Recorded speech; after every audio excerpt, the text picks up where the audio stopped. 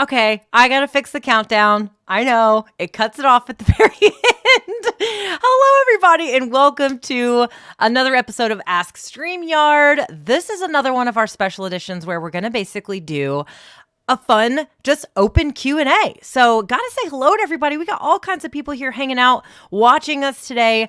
Oh, we got typical Tyreek over in Turks and Caicos. I gotta tell you, typical Tyreek, I woke up this morning and it was 3 below zero, feels like 14 below zero. So pretty jealous about you being over there in Turks and Caicos. I'm sure it's a lot better there. We got Manila in the house. Hello, Mark Gerald. Hello to see you. It's very late for you, 12:30 a.m. there. So I always love seeing where everybody's watching from. It just goes to show people are watching from all over the world. It's actually pretty awesome. So really excited to see so many people here live with us. Alvin, hello. It's nice to see you live again. Always so helpful for everyone in the comments for these streams. We got Rachel here. Of course, we have Mike from Never Let the Machines Win. We got Christian being cheeky because he's backstage. Andy's in the comments. He's everywhere. Christian is everywhere, I swear. So hello, everybody. We are going to do a live Q&A today. So this is actually going to be really fun. So here's the way that this is going to work. Normally with this show, our Ask StreamYard show, we pull a question from the audience, either somebody that's posted in our Facebook group or even maybe post it out on Twitter or somewhere else. A lot of times we like to find those questions with that hashtag Ask StreamYard.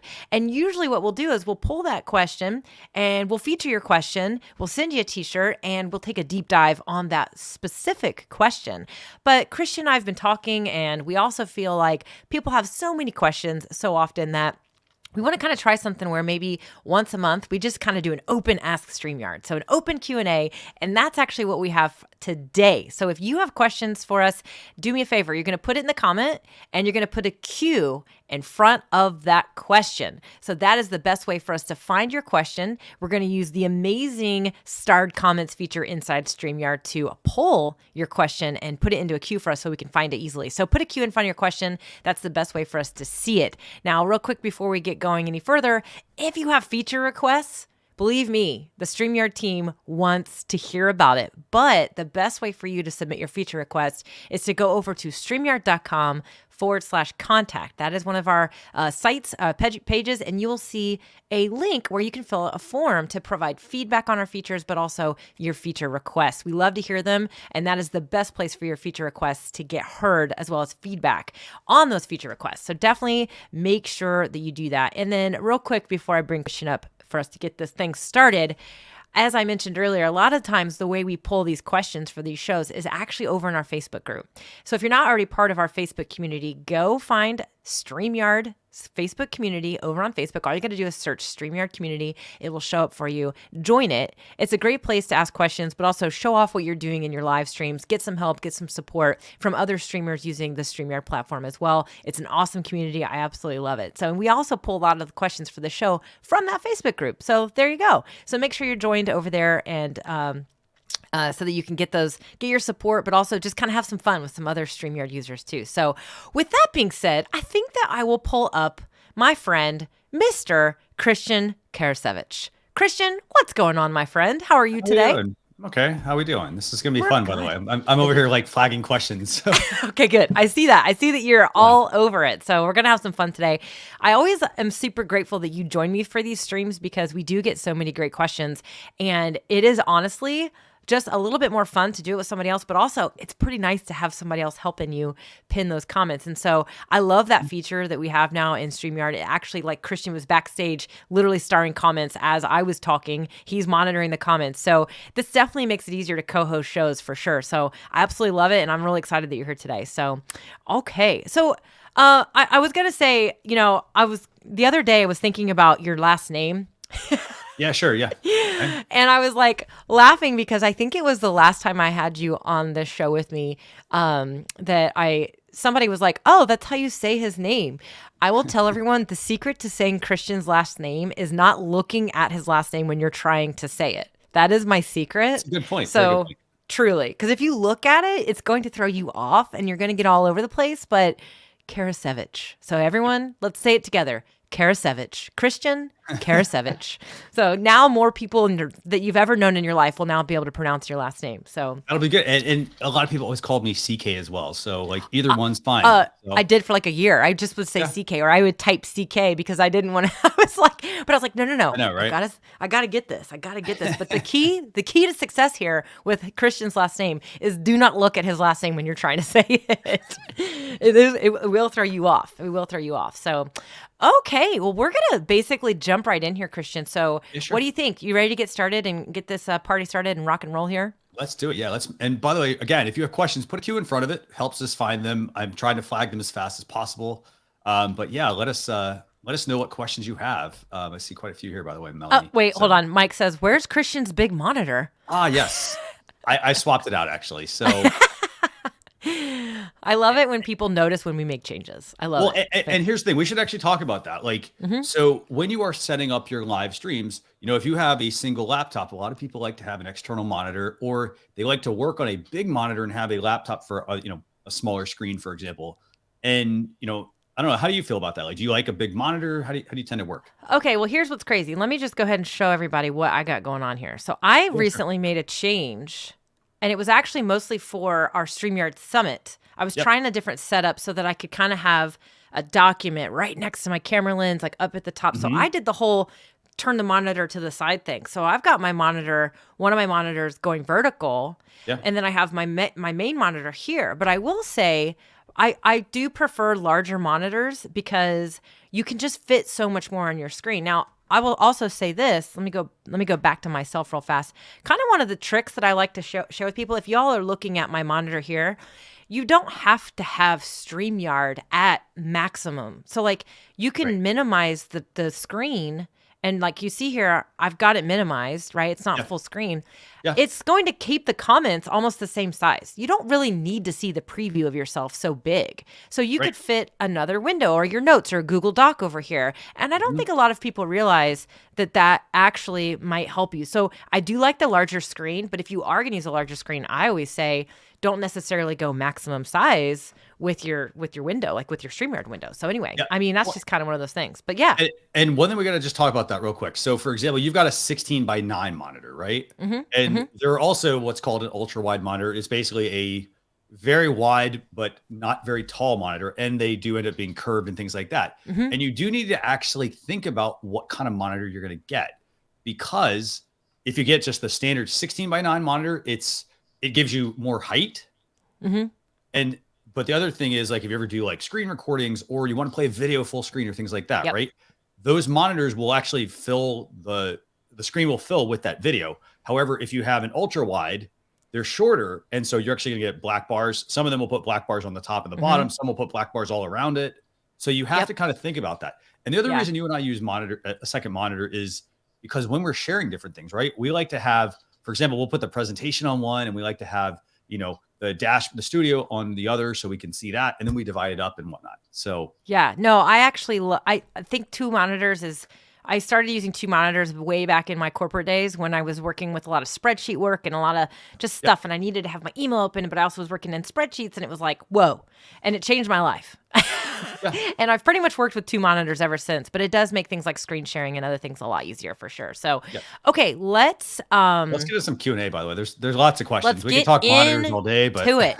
And I just want to do a little housekeeping really quick though, because honestly, we got lots of comments, we have lots of suggestions. Again, if you have feature requests, Christian and I aren't going to entertain those in this stream. This is a Q&A stream. We want to use our time very carefully to support everyone that has questions, and we want to make sure that we're able to get to questions to help people. So if you have a feature request, please do us a favor. Go over to StreamYard.com/contact. Provide your feedback for feature requests over there. We are going to try to get through as many questions as we can. Also have a little fun. And so I just wanted to give that little bit of housekeeping. It's not that we don't care about you or want to hear what you have to say. It's just we want to get to as many questions as we can. So that's what we're going to do. Okay. All right. Let's jump in. Let's do this. Okay. So I'm gonna just, let's see. I got about 25 questions starred right now, and let's do it. So let's see. So, and again, these are going to kind of be all over the place. Let's see. So let's start with, let's do this one. How do you pull questions in StreamYard? Oh, well, that is so easy. So Kamal Tech Vlog, honestly, here's what I would suggest. Go sign up for StreamYard, get your StreamYard account set up, go connect one destination, open up the studio, and you will actually see a practice comment right there in your comment feed. If you just click on it, it will display. And then when you unclick it, it will go away. So as long as you're streaming to, one of the destinations, LinkedIn, LinkedIn, Facebook, YouTube, and even Twitch, those comments will come into the studio. The only places where they will not come in is right now Twitter doesn't put comments in your studio. And then if you're doing a custom RTMP destination, those comments aren't going to come into the StreamYard studio. But it's really that easy. And if you're not sure about how to go kind of practice with StreamYard, go check out last week's episode of Ask StreamYard. It was actually on Friday, and we talked all about doing practice streams. So we definitely, but yeah, it's super easy. You just got to click on it and then click it again, and it's going to come up for you. So, and questions, like we're doing today, we're starring the questions. So we're finding the questions and we're using the star feature, which is, you will see it. It's very easy to find. And if you click that star, it's going to create a queue for you. And I believe we have a great video about that on our YouTube channel, if I'm not mistaken. Is that right, Christian? We do actually. Yes. We have a great video on that, but it's very simple. I don't know. Do you want to demo this or not? I mean, we can also, we have 29 questions. I do want to demo the things that are complicated and maybe a little bit trickier. But I would really love for Kamal Tech Vlog to just go check out the tutorial videos we have, because it really is so easy and it is so simple. It's one of the things I love about StreamYard. So I would say let's save the demos for maybe the more complex things. Okay, sounds good. Okay, let me flag it. Well, oops, I didn't mean to bring up that question, but we'll totally fine. So go ahead and take that one. Daryl Davis Jr., you are getting like special treatment right now because you just posted this and we're on it. So when using a stream capture device like an Elgato Cam Link, what would cause my video to show up with half of the screen showing green? Would this be an incompatibility issue? The camera used is the Sony HD1000. Oh, half of it being green. I know that we have some very techie people. In fact, I saw that I saw our friend from Tinkering with Tech, Michael, is in the comments, Michael Daniels. I wonder if he's can give us a confirmation, but my guess is it's a compatibility issue, or it might even just be a faulty cam link. Don't you think, Christian, or a cable? Yeah, so it's typically a hardware issue. When you're getting the half the screen thing. It's typically a hardware encoding issue. So it could. So I'm going to say this: it either could be the camera, it could very well be the cam link. Okay, and Comic Talk Weekly says maybe a driver or a firmware update is needed. So yeah, that's actually I've seen it before. And Doug with SmackDown Outdoors says I had that issue. It's the camera. Well, and you got to look at some of the stuff. I mean, like some of the stuff is like, it sounds like it's plug and play. Like you just, hey, you take the camera, you plug it in via USB or HDMI into the cam link, into the laptop. Sometimes, it's something in that chain that's not working right. It could very well be a setting, but I think I'm going to say it's hardware related. So. Yeah. It says, so Mike is chiming in. He says that HDU 1000 is a camcorder style camera. So it could very well be a compatibility that camera is not compatible with that Elgato Cam Link. That could be the issue for sure. So, I'm sure that you can YouTube that. Like, that's the thing that's so cool about all this stuff now is that you can pretty much Google just about any camera and what you're trying to do, and there's somebody out there that's covered it or talked about it somewhere. Definitely, and we got so many. Like, I love this SmackDown Outdoors. Check the compatibility charts for the Cam Link. See if the camera's on the list. Great idea. The other thing I would say is if you have a second camera, plug in the second camera and see if you get the same issue, and that's going to help you kind of figure out what that might be. So. And then Carl says, and somebody else said it earlier, is or it was Carl, says switch to Chrome. So don't use Firefox, go to Chrome. So maybe try a different browser too. So a lot of troubleshooting suggestions there for sure. So. Yep. And then Michael Daniels has a suggestion. Might not be enough video RAM in the system. So again, this is the one thing you and I always talk about. It's not just like having the best camera or the right equipment. You have to have everything in the chain to make it work right. Yeah, for sure. Okay, cool. All right, let's go back up to our queue. We got very good. Thank you for everybody who chimed in there and helped us out for sure. Let's see. So here's Kamal Tech Vlog had another one. Can we remove the white noise from IEM using impedance adapter? So I think he's referring to I think they're referring to in-ear monitors, i.e. the things we have that go in our ears. And I think what they're saying is, so there's an impedance adapter, which is you could plug it into your headphones, basically. Okay. I would say this. You can try it, but you have to kind of look at where that noise is coming from. So, for example, if it's your laptop, your laptop fan may kick on. So that just may mean, okay, I need to maybe move my microphone away. That might be, you got to figure out what the noise is. Is it the headphones?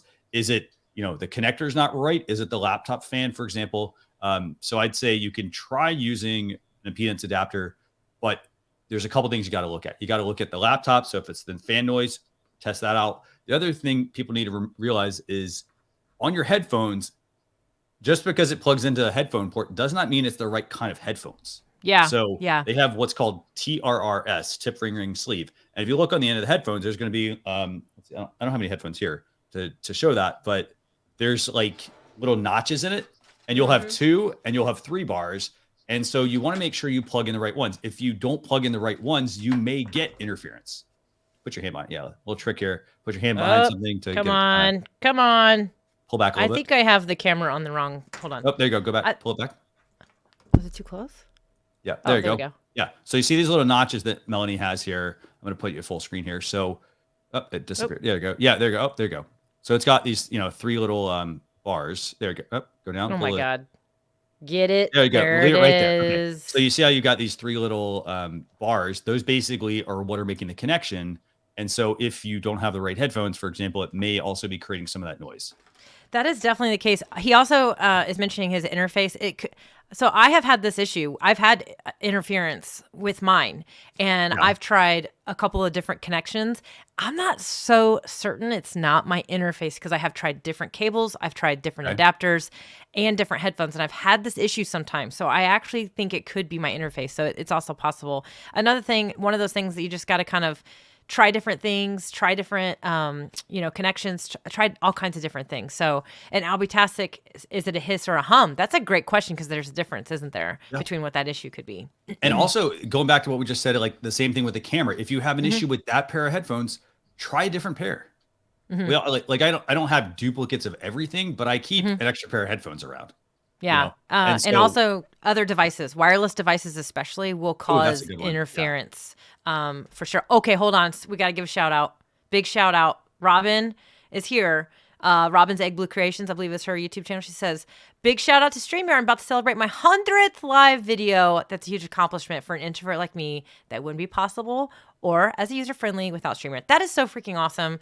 That is amazing. Actually, Robin, I want you to send an email to marketing@streamyard.com. We're going to send you a shirt. So give us your shirt size. We're going to send you a shirt. That's so great. So really cool. Super awesome for you. Congratulations on that. I mean, marketing might get mad at me. I don't know. I just gave away a shirt. Oh, it's all good. Well, yeah. Okay, let's get to some more questions. Congratulations, Robin. Okay, so let's see. I'm going back up to the top. So yep. We got lots of congrats for Robin in the comments. I gotta read these too, by the way. So yeah, you're good. Yeah, make sure it's a good question, right? Sometimes I will say just a quick bonus tip for everybody. As you're doing a live Q&A, I don't want you to ever feel compelled to answer every single question, because sometimes some questions aren't necessarily related to your topic, and it's okay to bypass that question. Or it could even just be a comment that looks like a question that's not a question. Always give a comment or a question a glance before you display it. That's definitely a tip for sure. You definitely want to make sure that you're kind of checking that out. So I definitely want to make sure that we get good quality questions that are 100% related. I love all the love for Robin right now in here. I know that Robin's been a big fan of the show. She's a nice community member that we have. So really excited for Robin to make that milestone. That's a huge milestone for sure for her. So well, you got us another question? Okay, here we go. Yes.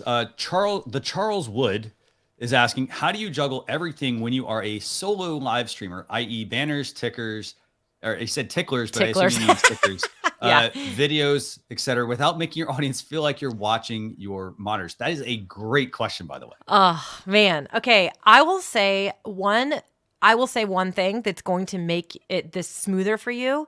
Well, there's two major things. One, have a plan and organize your stuff inside your StreamYard studio.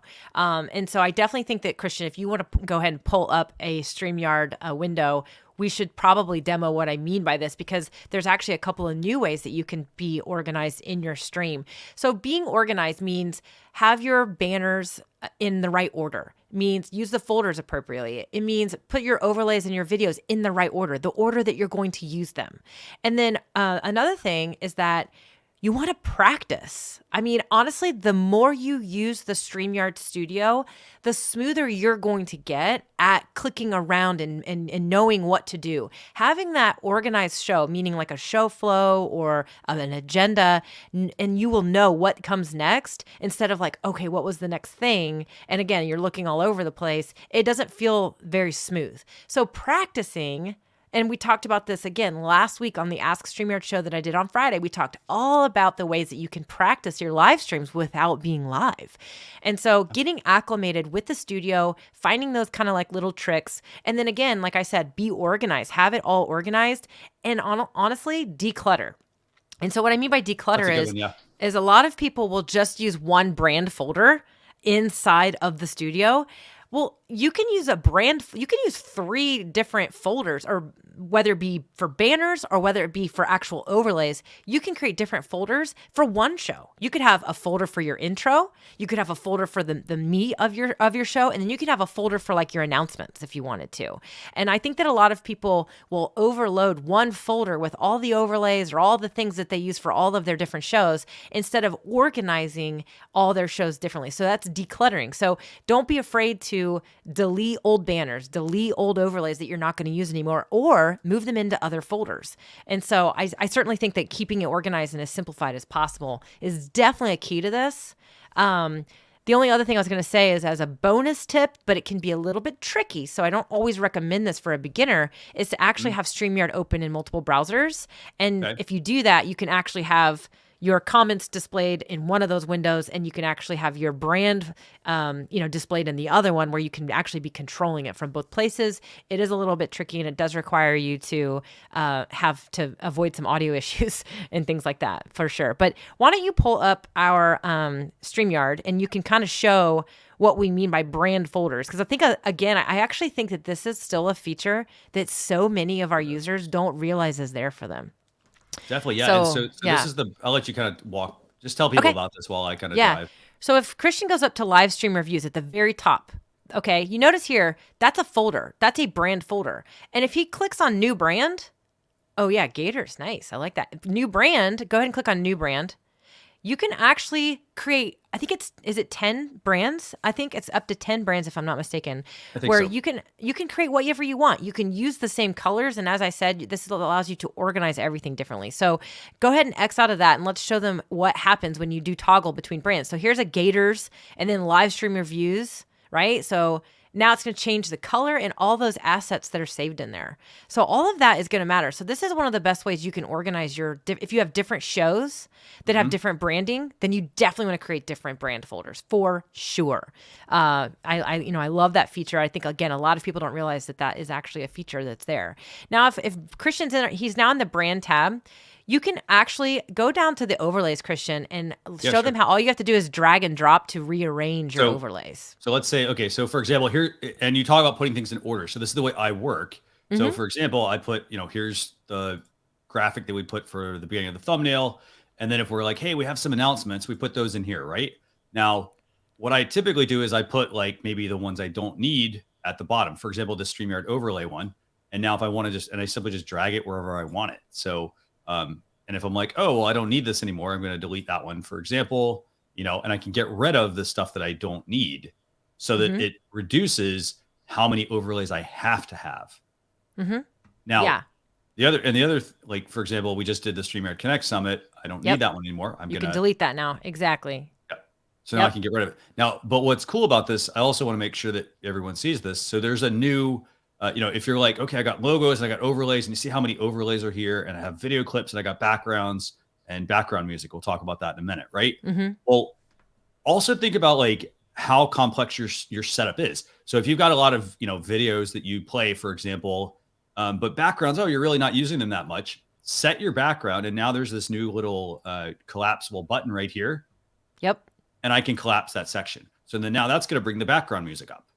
And then let's think about, okay, so what else do I need? Well, okay, I'm not going to change the theme is much, set. Yeah, exactly. Right?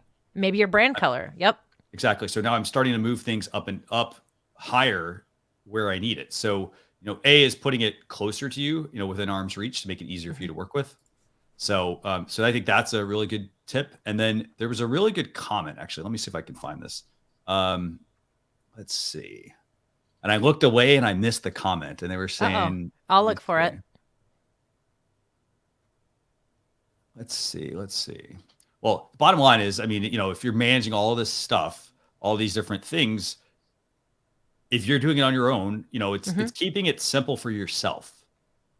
So, for example, if you've got a Stream Deck, that can help you, for example, quickly switch between, for example, I can go from the comments. Let's see if I have it set up. And Jules even said use a Stream Deck. Yeah, so I can easily switch just by using the Stream Deck. So that's one less thing I have to click on.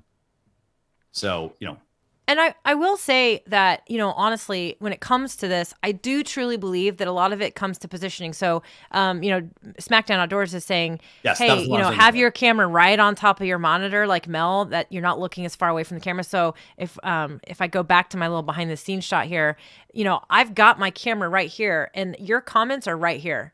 And in fact, sometimes I will literally move, as I mentioned earlier, sometimes I will actually rearrange the browser window so that those comments are literally right under. So I'm looking into the camera lens right now. Oops, let me go back to this. So right now I'm looking into the camera lens. Right now I'm looking at the first comment. I'm just looking just barely below my camera. So again, having your camera positioned where you will be looking for the majority of the time, which again, you don't need to be looking at yourself. Now I'm looking at myself on screen. That doesn't look very good for the viewer. I'm looking into the camera and I'm looking right down below at the comments and the brand section of StreamYard so that that's where all my controls are, right? And so I do think that's a big piece. But the thing too is like, don't be afraid to just take a break. Like it's okay. Don't feel like you have to stay completely fixed on your camera lens. It's okay to take a look around, to take a minute to look for something. People are used to it. It's part of it. If you go watch the news every day, you will watch newscasters. They are looking into the camera and they look down often a lot and they're looking at messages from their production team. So, I mean, it's completely okay for sure. And the other thing you can also do, by the way, to kind of help with some of that, is like, again, it's sort of that it's not looking like totally off camera. Like it comes down to your setup. So for example, like you mentioned, you have your camera and you have your comments. I have the same setup. And now the other thing you can also do, for example, if you've got your camera right here, here's the thing, your camera is above your monitor, right? So for a lot of people, they look down at the monitor, and they're breaking that eye contact. However, you could also add a teleprompter. There's a teleprompter that will fit like right on top of your camera. And you could actually have, for example, I could have the StreamYard dashboard mirrored as if I'm able to look directly at my audience in the lens. Yep. So That way I'm not like having to look down or look over wherever I have that set up at. So There are definitely a lot of tricks to this, and I think just going yeah. back to it, it comes down to using the features in StreamYard to organize your graphic assets. And we actually have a video on our YouTube channel about that. And then also just getting practice your show flow, have a plan, an agenda for your show, and just kind of give it a run through, right? And that will help you just feel smoother. And the more you use the platform, the smoother it all gets. And I did see that we did have some comments from a lot of people that didn't realize the brand folders was there. I think a lot of people just don't realize that it's there. So definitely utilize that feature. It's a really great feature for sure. Okay, let's get to our next question. Okay. Wow. Shoot. I looked away and now I've got like 23 questions. Sorry. I know. I was pinning a few of them. 23 more. Okay. Just keep pinning whatever you got. Okay. So let me find another good one. Nicholas wants to know, how can he connect, Nicholas Whirl wants to know, how can I connect my iPhone as the camera? That's the webcam. Yeah. So the way this will work is you actually have to use an app. So you would want to use a third-party app. There's a few of them out there. Epoch Cam. There's I can never say it. Irian. Epoch. Yeah. There's and then Irian, there's Camo. Reincubate Camo is a really great one that's actually really popular. That has a lot of other features to it. So we actually did an Ask StreamYard episode on this, Nicholas, where we went way deep on this. We played with like 3 or 4 different apps. It was actually a ton of fun. I found some fun filters that some of these apps provide you. And so definitely it's in the Ask StreamYard playlist. But essentially what you want to do is you want to find one of those applications. You download it on your computer and on your phone. So you're going to actually put the app on your phone, and it's usually going to have a companion thing that you have to put on your computer, and you just plug your phone into your computer. And then what's going to happen is you will open up the app, and then when you go into StreamYard and you go to select webcam, that app, so if it's, let's say it's Reincubate Camo, that will actually show up in your list of webcams. And when you select that, it's going to allow you to use your phone. Now, each of these apps works a little bit differently. So, there's a bunch of them out there now. A lot of people are saying they love Epoch Cam. So we got a lot of people saying Epoch Cam. There's a lot of options out there. Some are free, some are paid. But that's actually how you do it. And your phone is a great webcam. It makes for a great webcam for sure. So, and speaking of that, I want to make sure we highlight this. So, sorry. Go ahead. There it is. Farmer Brad is saying, can't you add your phone as a guest? That's another option. It depends on what you're looking to do. So, for example, like you could set your phone up and you could, to use it in StreamYard, all you have to do is take the invite a guest link option. You send it over to yourself. To your phone, you open up on your phone, and then you will be able to have your phone come in as a camera. But we were saying, you can use some of the third-party tools because they do offer additional functionality. Like they give you, like some of them have zoom, some of them have the ability, like a zooming in feature. Some of them have the ability to add filters. I think you can even add like AR effects through them as well. So you have a lot of different options to be able to use your phone as a camera. In terms of if you're going to extend yourself the guest link, one thing you have to remember, you do need to plug in a pair of old headphones because it is not going to, like, you can't just turn the volume down on the phone because the phone does not mute automatically. It's a phone feature. So just because you turn the thing down, not going to trim an old thing and then use that, stick it in there, and you actually have what you need. So for sure. Okay, cool. All right. Let's keep going because we have so many questions. I want to make sure that we're going to be able to get to as many of them that we can. So let's see here. Carl said, it went to just me. Oh, there, I'm bringing you back. Carl says, any idea how to move our shared window to the top or bottom? Our shared window to the top or bottom. Maybe he's talking about shared screen. Carl, are you talking about the shared screen? I believe you are. And if you are, so let me just go ahead and add Christian's back. So this would be, this is our main, like the screen layout. This is their standard screen sharing layout that we have. And then you also have what's called news layout, which is going to put it there.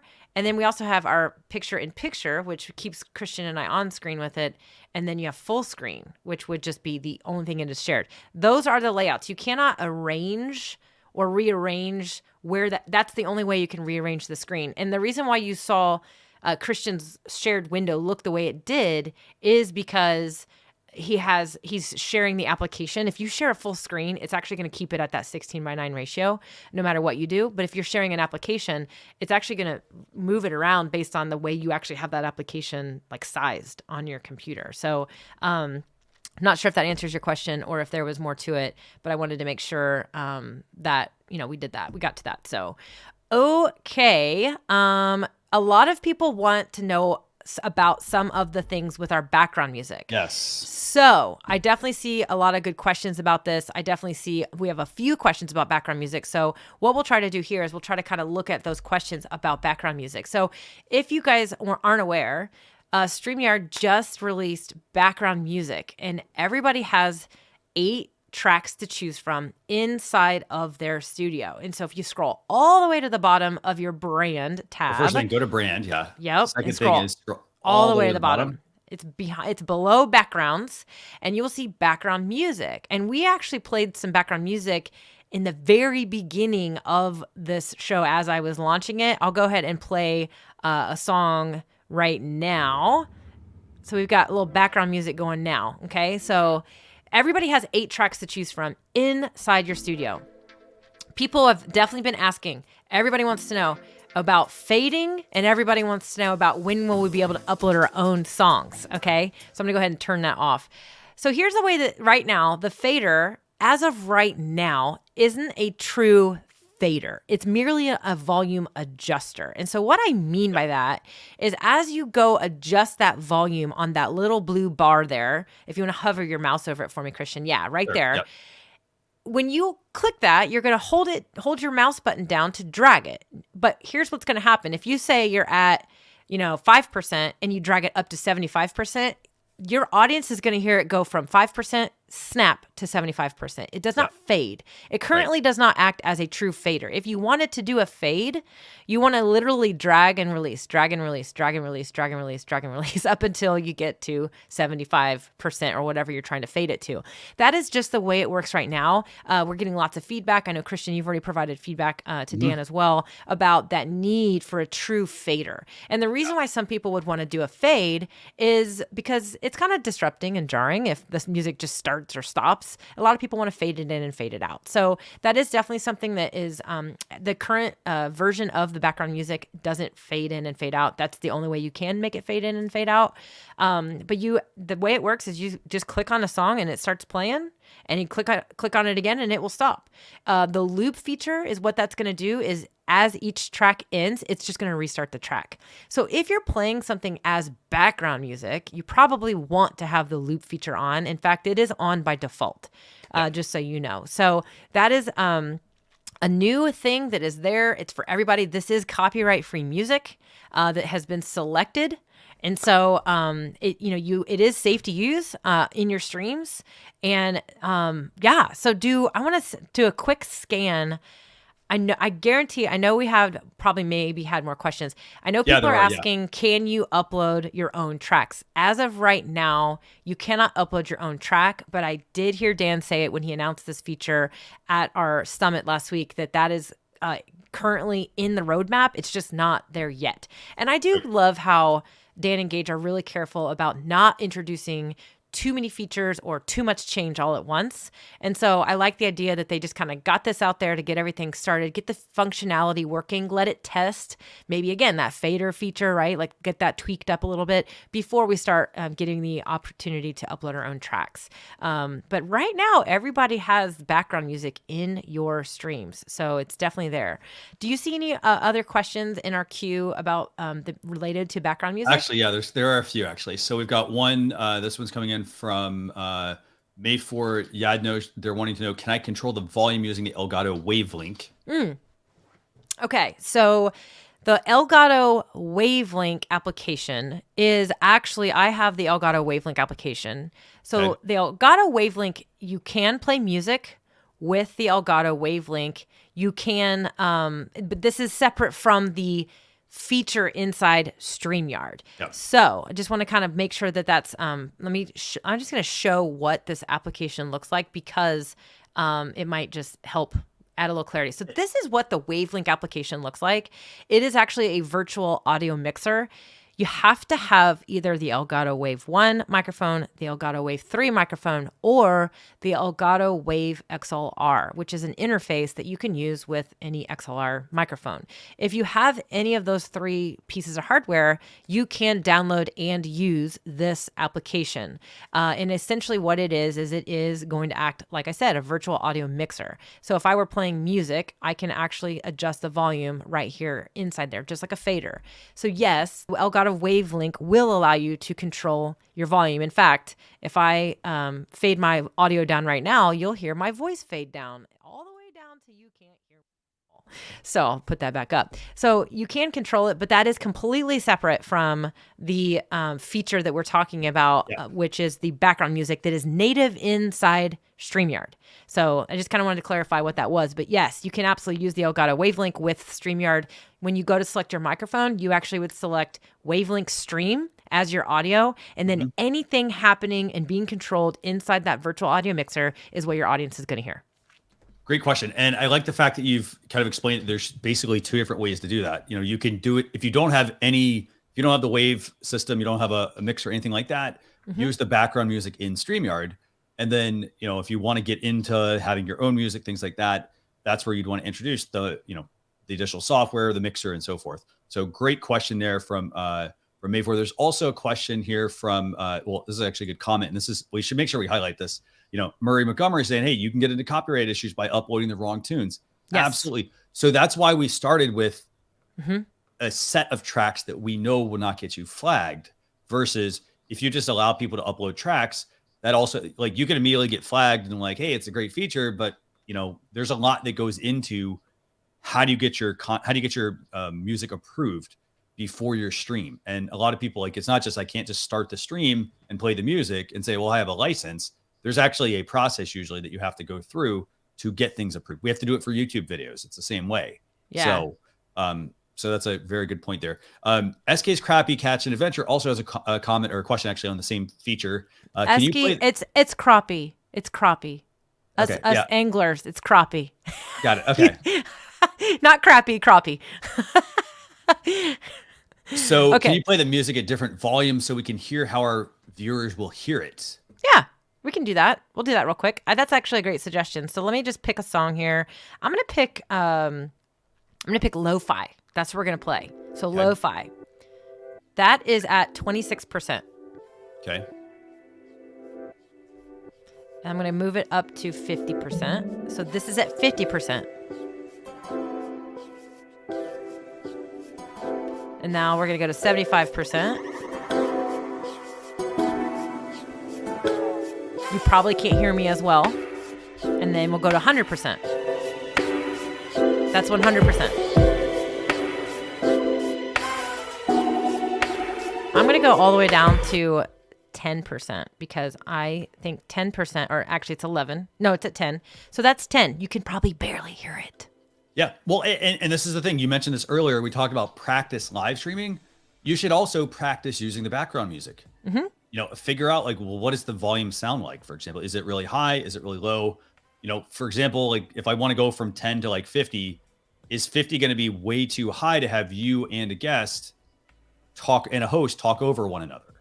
So just kind of keep that in mind. No, and that's a great point. In fact, on my channel yesterday, I talked all about this. Basically, like, should you even use background music? I actually think that just because this feature's here doesn't mean you should just all go use it, right? There's appropriate times, appropriate scenarios where it's good to use it, and then there's some times when it's not. If you're doing an interview, probably not the best time to have background music playing because you want your audience focused on what you and your guests are talking about.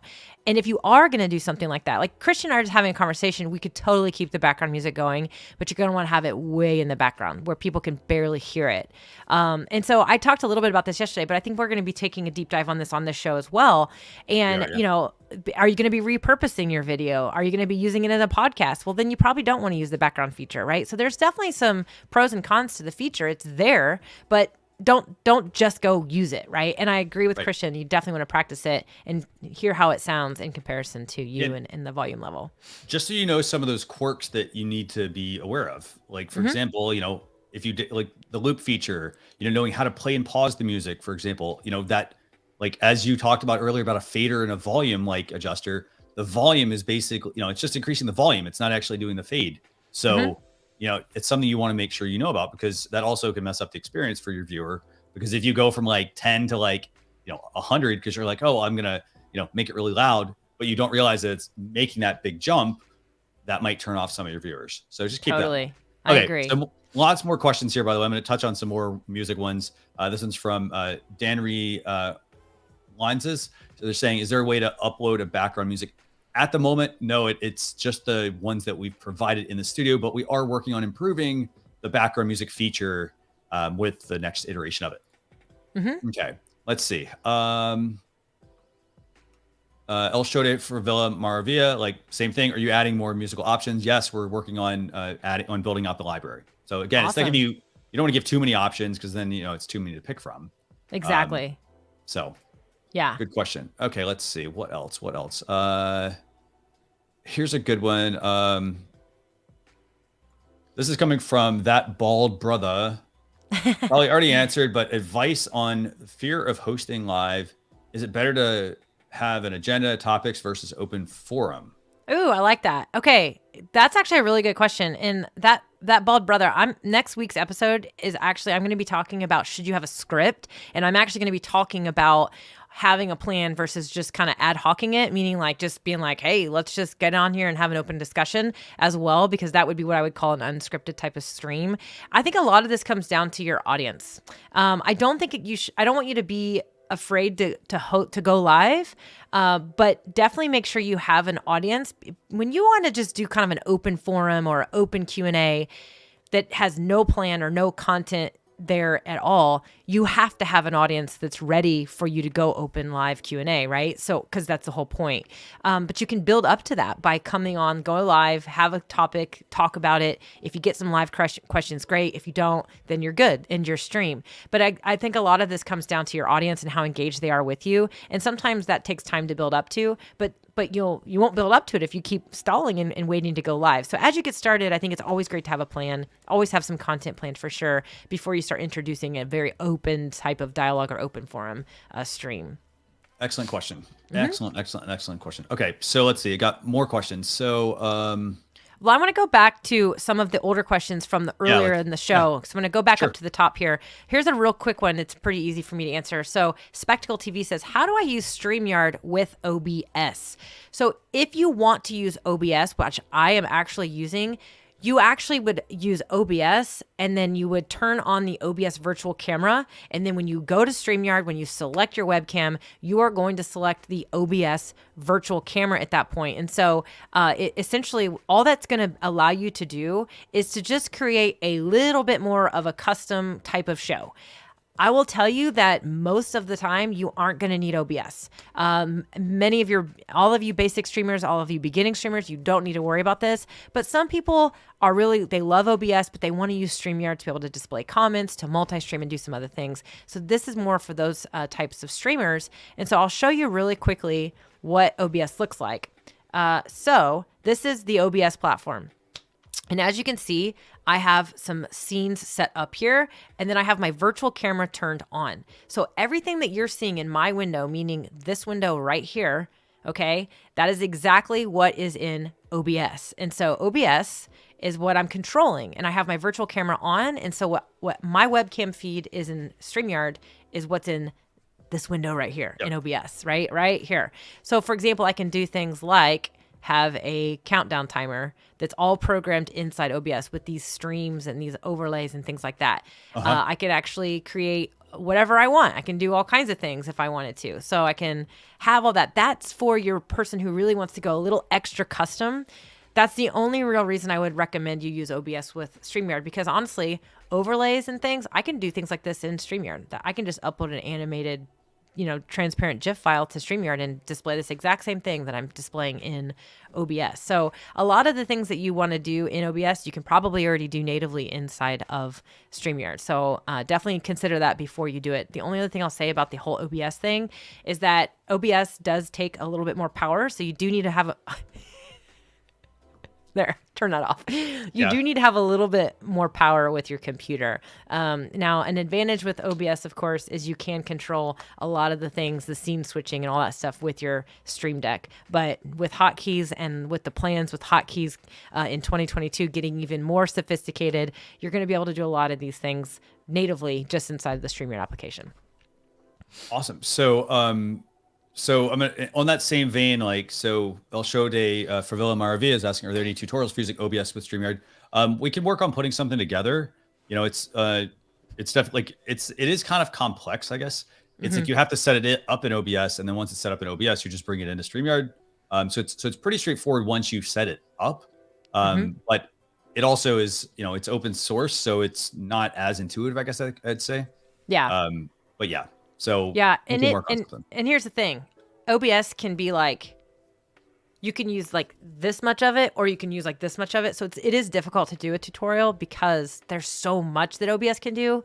Right. It really is for a certain type of demographic when it comes to the type of streamer. So I think if we did do a tutorial, we would keep it super basic and really just talk about, hey, here's how you use the virtual camera. And that's probably all as far as we would go, just because of that reason, for sure. Definitely. Okay, so we got lots of questions, by the way. So right. let's see. So how about this one? How do you use animated subscribe to the channel? So I think they're asking, how do they do an animated subscribe button? What do you think? Any suggestions there? Yeah, I mean, here's the thing. You can absolutely, create a transparent GIF file and you upload it into your overlays as long as you're on one of our paid plans. That GIF file has to be below 3 megabytes, and you can pull that GIF up during your stream and it's going to display. I think it's great. I think it does help add a little extra emphasis to what you're trying to get your audience to do. But I also think it's just as simple to just create a banner in StreamYard and just say, subscribe to, subscribe for more videos, and just pull the banner up and keep it nice and simple and nice and clean. Don't overcomplicate your setup and your production. Again, those banners are super easy to create. You can create them on the fly, even in the middle of your stream. But I do like the animated subscribe button. But again, you would either need to have somebody design it for you, create it for you, go find one, in some free asset somewhere, and make sure that it is a animated GIF that's transparent, below 3 megabytes, and you have to be on a paid plan. But again, the banner, anyone can use the banner. Anyone can create the banner on all plans. That's the easiest way to do it, for sure. So here's another question. This is coming from Latasha Yerby Lee. She wants to know, how do I display a chart while I'm talking? Okay.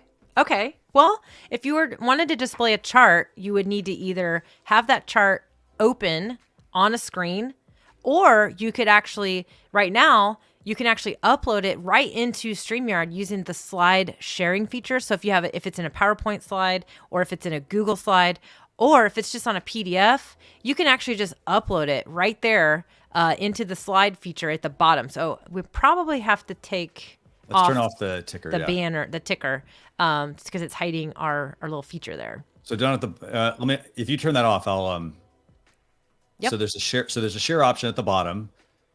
So basically, there's the share option. When you click this, it's going to bring up the ability to share slides. And what I would do is, if I have a chart, I would put it into the slides section. So if you click that, it's going to let you pick what you want to share from, whether it's from Google Slides or your computer. The other option you can also do with this is, if it's a picture chart, for example, and you want to display that, you can do share, and you can do share screen, and then just drag that picture into your browser tab. That's another option. And then once you have that set up, what I would do is I would probably adjust the view. So I'd either do like maybe the news view, for example. I think that's probably what I would do. Maybe the news view, or maybe even the picture in picture, where, so here's the news view. Okay. For example, with Melanie. So you could do your presentation like that. If we wanted to put that full screen, we could do that, and she could talk over it.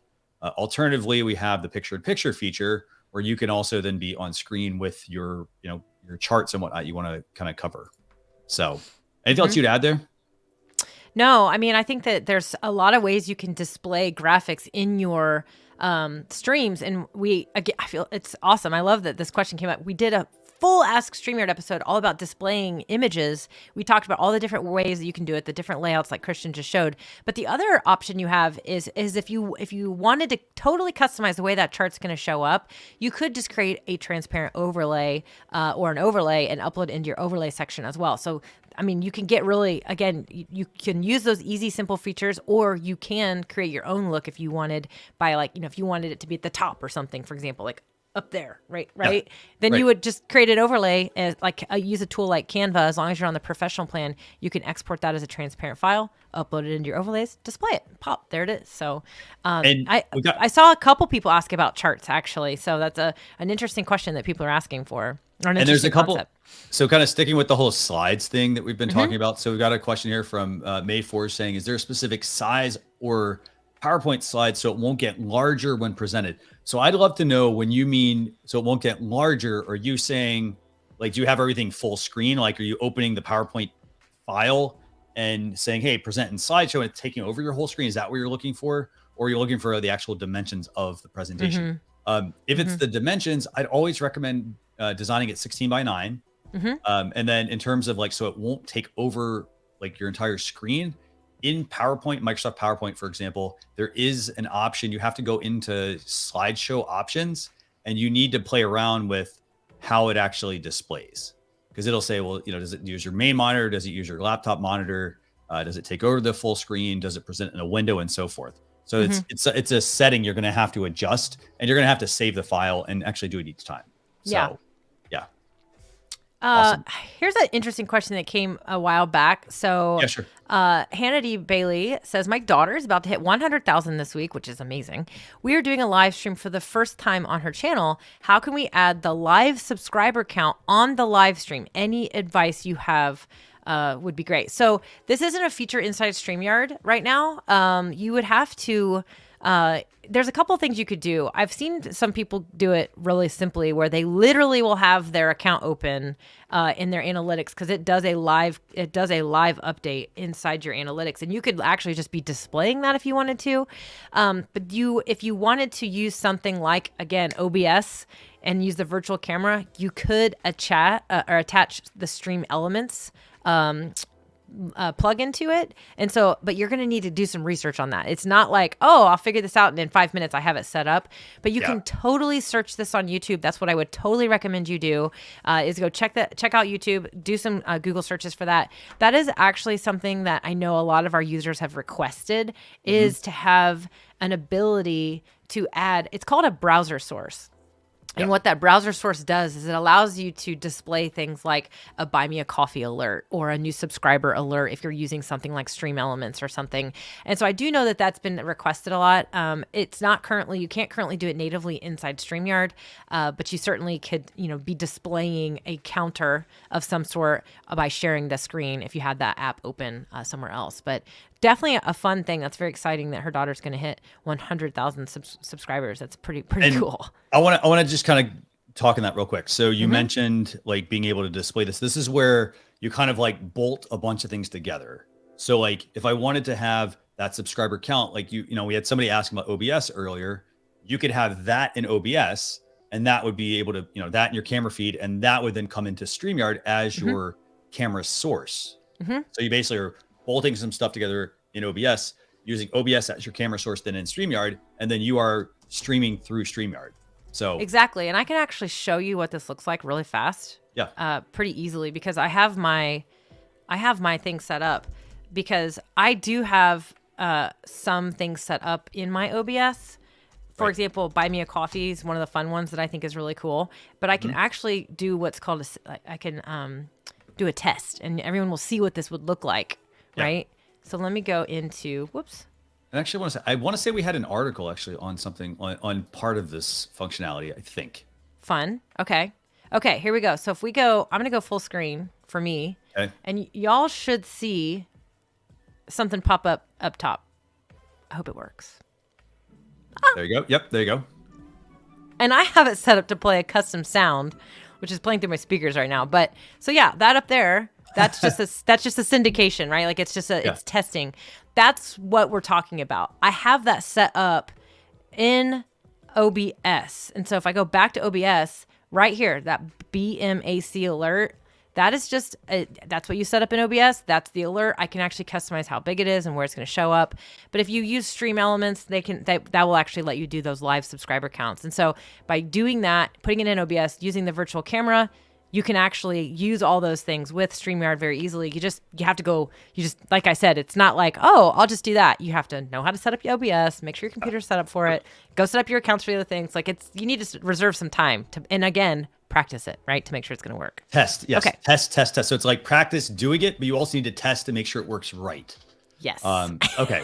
That's a really good question. Okay. So let's knock out a couple of these easy ones. Yep. So PR Pro Pam is asking, can you stream on Twitter? Yes, you can stream on Twitter. However, comments do not show up in the studio. So basically you set up a destination in StreamYard. So it'll look just like this. We go in here, we go up to edit. And for example, if we want to stream on Twitter, we'd select that. We'd put our title, we'd hit save changes. It would stream out to Twitter, but you're not going to get comments or things like that coming back. And that's because Twitter does not actually give us access to that at the moment. So very good question. Okay. So let's see. What other questions? Let's see. I've got to read. Some of these are really good questions. They're very involved questions too. Excuse me. Yeah, some of them. So yeah, maybe this, I saw that one too. I'm not sure if this is a good question. I haven't quite completely read this. When I try to use a custom screen, my image flickers at the edges. What can I do? Please answer me with a written comment so I can translate. I'm Italian. Okay. So screen flickering. This is actually a hardware issue. This is 100% going to has to do with his laptop. His laptop may have a graphics card that isn't strong enough. That is definitely possible. I have seen this happen when some people use Chromebooks or really old laptops where they will share something and it does run into an issue. A lot of times it is because of a weak or faulty graphics card. So I know that that's probably what's going on there when it comes to that. I know that we didn't give him a written answer. Maybe somebody else can type that answer for us, for him. But that's what my thought is on that one. Do you have anything else to think about with that? I would say it's the same thing. Like it could either be, for example, if it's the laptop, it could be the laptop screen itself. The other thing also, if you're using an external monitor, and NLTMW was mentioning my big monitor that I had earlier. I looked at those monitors and there are some that they have edge issues. Yeah. And so it could very well be if you're using an external monitor, it could also just be the monitor itself. And also, make sure also you look at the frequency as well that you've got things going at, because you could have the camera set to one thing and the screen set to something and everything else could be set differently. And that can cause interference and flicker and whatnot as well. But I'll put that in as a comment, just, check out your computer. And then we think it's a hardware issue. Okay, cool. I saw a really good question right here from Dave Gatton. He said, sure. He put triple Q in front of it. I like it. I might go with that. I might start using that one moving forward. Is there a way for your producer, your team admin, to comment through StreamYard without it looking like I made the comment? So if he's saying team admin, that admin their comments should show up as their own. Isn't that right, Christian? I was thinking. So they should get now. Here's what I think. Actually, they may run it into an issue. So let's say both people already have StreamYard accounts. What if you, for example, like you and I? Let's say Mel's like, "Hey, Christian, I'm going to add you to this, a team that we have," and she sends me an invite, but I've already got a StreamYard account and I'm logged into it. I can accept her invite, but I need to log out of my account and then potentially log back in. So that might be why they're not able to why that functionality may not be there. They do have to also accept that invite that you send them. Correct.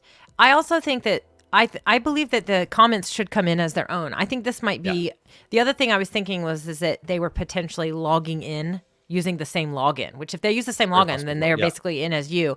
But Dave, if that didn't make sense, I would definitely send our support team an email. So email support@streamyard.com. They can figure out what's going on there and tell you exactly what to do, because you should totally be able to do that for sure. So, but it's a good question. I'm glad you asked it. Awesome. Wait, Randy wants to know where he can get one of these amazing sweatshirts. Ooh, we are both wearing our sweatshirts. You didn't give me time to get a link. I have a link. Let me see if I can find it real quick. We do have a merch store. So StreamYard does have a merch store where you can get yourself, some awesome merch for sure. So you got a link in the comments there for us. Now he's watching over on Facebook. So you might have to tell us where we can get the merch as well. Okay, so it's store.stream. I think it's actually store.streamyard.com. Let me see if that works. You do that while I'm looking for our next question. Store.streamyard.com will take you right to the merch page, and you can order hoodies and t-shirts and water bottles and pillows and puddles and stickers and whatnot. Okay, let's see. What other questions do we have? We got a lot of questions, by the way. This one's kind of okay. So this is kind of a loaded question. So hang here with me. So Lauren says, I stream to many destinations and have for a long time. Her primary audience comes from her private Facebook group. No matter how many times she tells them they don't sign in. Well, now we're going to back up here. They're signed in. I will tell you that. They're signed into Facebook or they wouldn't see your stream. What she's talking about is the authentication that they have to do. So there's that link that if you're watching a stream in a Facebook group, you will sometimes see the link. So I just wanted to clarify that. They're signed in to Facebook. But she says, they show up as Facebook user.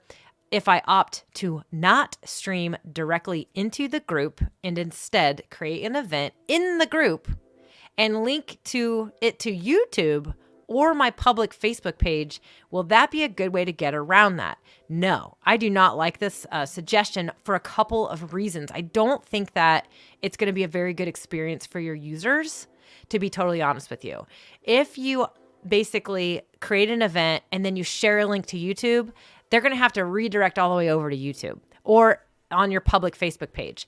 Here's the thing. I honestly think that you might want to consider just trying a completely different strategy here. If your audience isn't clicking on the link, have you tried putting the link in the comments? Have you tried saying, hey, before we get started, blah, blah, blah. I mean, sometimes it's because they can't find the link. And this link is the StreamYard.com/Facebook link. StreamYard will automatically put it in your description when you stream to a private Facebook group. But if they aren't clicking on it, then you're right. You're not going to see their name in their face. But I don't love the idea of you creating the event. And here's why. It's just, I don't think events are very friendly inside Facebook these days, especially inside of a group. You could certainly try it. But again, you're going to be rerouting them. And if they're in a Facebook group and if, just bear with me here, if they're not really savvy enough to click on the link, I just don't want you to create this confusion now when you're rerouting them from Facebook over to YouTube. They have to go to YouTube. Are they even logged in on YouTube? Because if they're not logged in on YouTube, they won't be able to comment at all. So if they're just, and also your private stuff, your private audience might need to feel a little different than you'd redirecting them to a public place. And so again, the whole private Facebook group, there's a strategy there. There's a reason you have it in the first place. And so sometimes you have to almost treat those people a little differently than you're treating all of your public stuff. So if you're just redirecting your private group over to public stuff, then it kind of gets into a feeling of, well, why do I have the private group in the first place? So what I'm pointing out here is that, Lauren, you might want to consider thinking about a different strategy in general. I've also seen people, before they go live, they will create a post. And it just says, hey, I'm going live tomorrow. Make sure you click on this link so that I can see your name in your face when you comment. And they will actually create a totally separate post outside of the live video.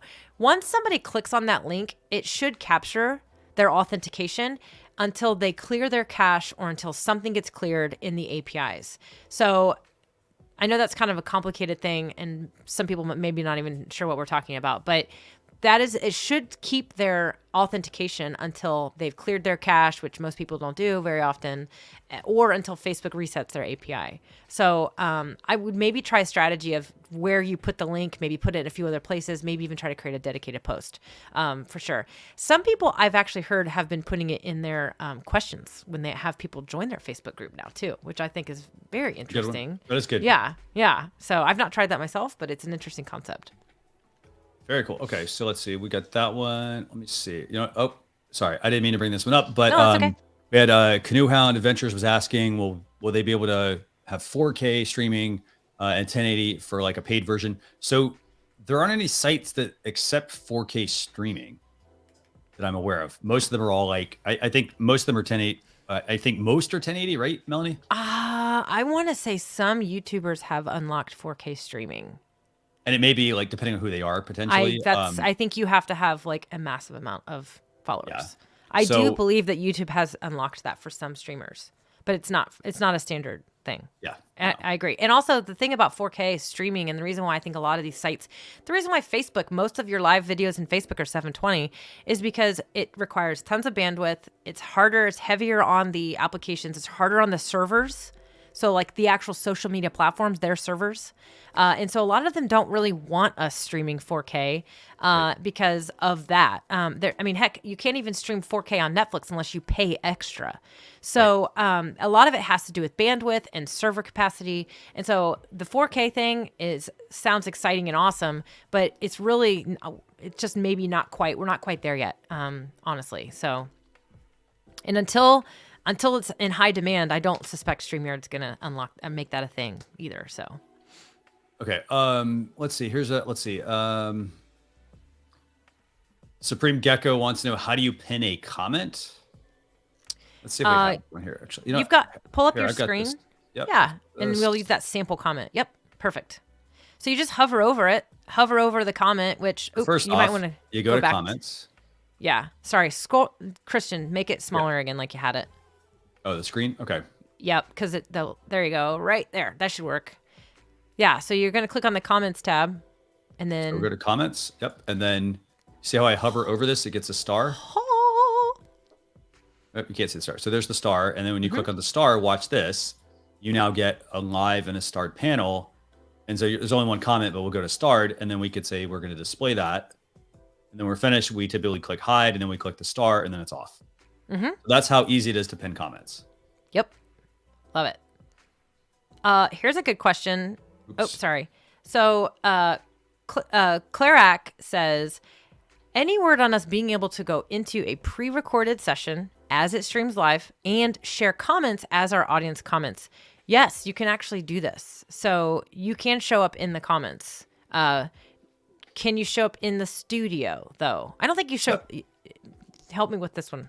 Okay, so this is a strategy thing. So there's the ability to just go straight live like we're doing right now. We're on screen. We can bring up comments during the actual live stream coming in from our social platforms.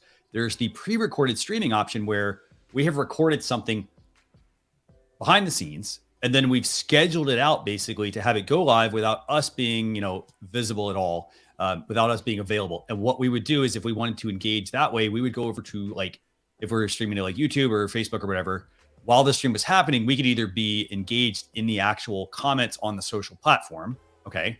Now there's a third hybrid way to do this. And that would be you start your live stream. So you schedule your live stream like normal. You do have to kind of be there. You then play your pre-recorded video. Make sure, by the way, your audience knows it's pre-recorded. And then you could bring those comments in live as it's happening. Does that make sense, Melanie? Absolutely. So that'd be the best way to be able to bring in live audience comments, is basically making that hybrid approach. So option 1, streaming just to a social platform. Option 2, pre-recorded streaming, meaning you pre-record the video, you schedule it to go live, and then you're not actually there. You have to be on the social platform to comment. And then option 3 is you go live, you play the pre-recorded video as your actual live stream, and then you can actually be displaying comments and being the puppet master behind the scenes. The puppet master. I love it. Now, this is an interesting question around comments. We just talked about starring comments, right? And so Daniel's saying, when there are a lot of people commenting, the comments go away fast. It could happen that you click a different comment for error.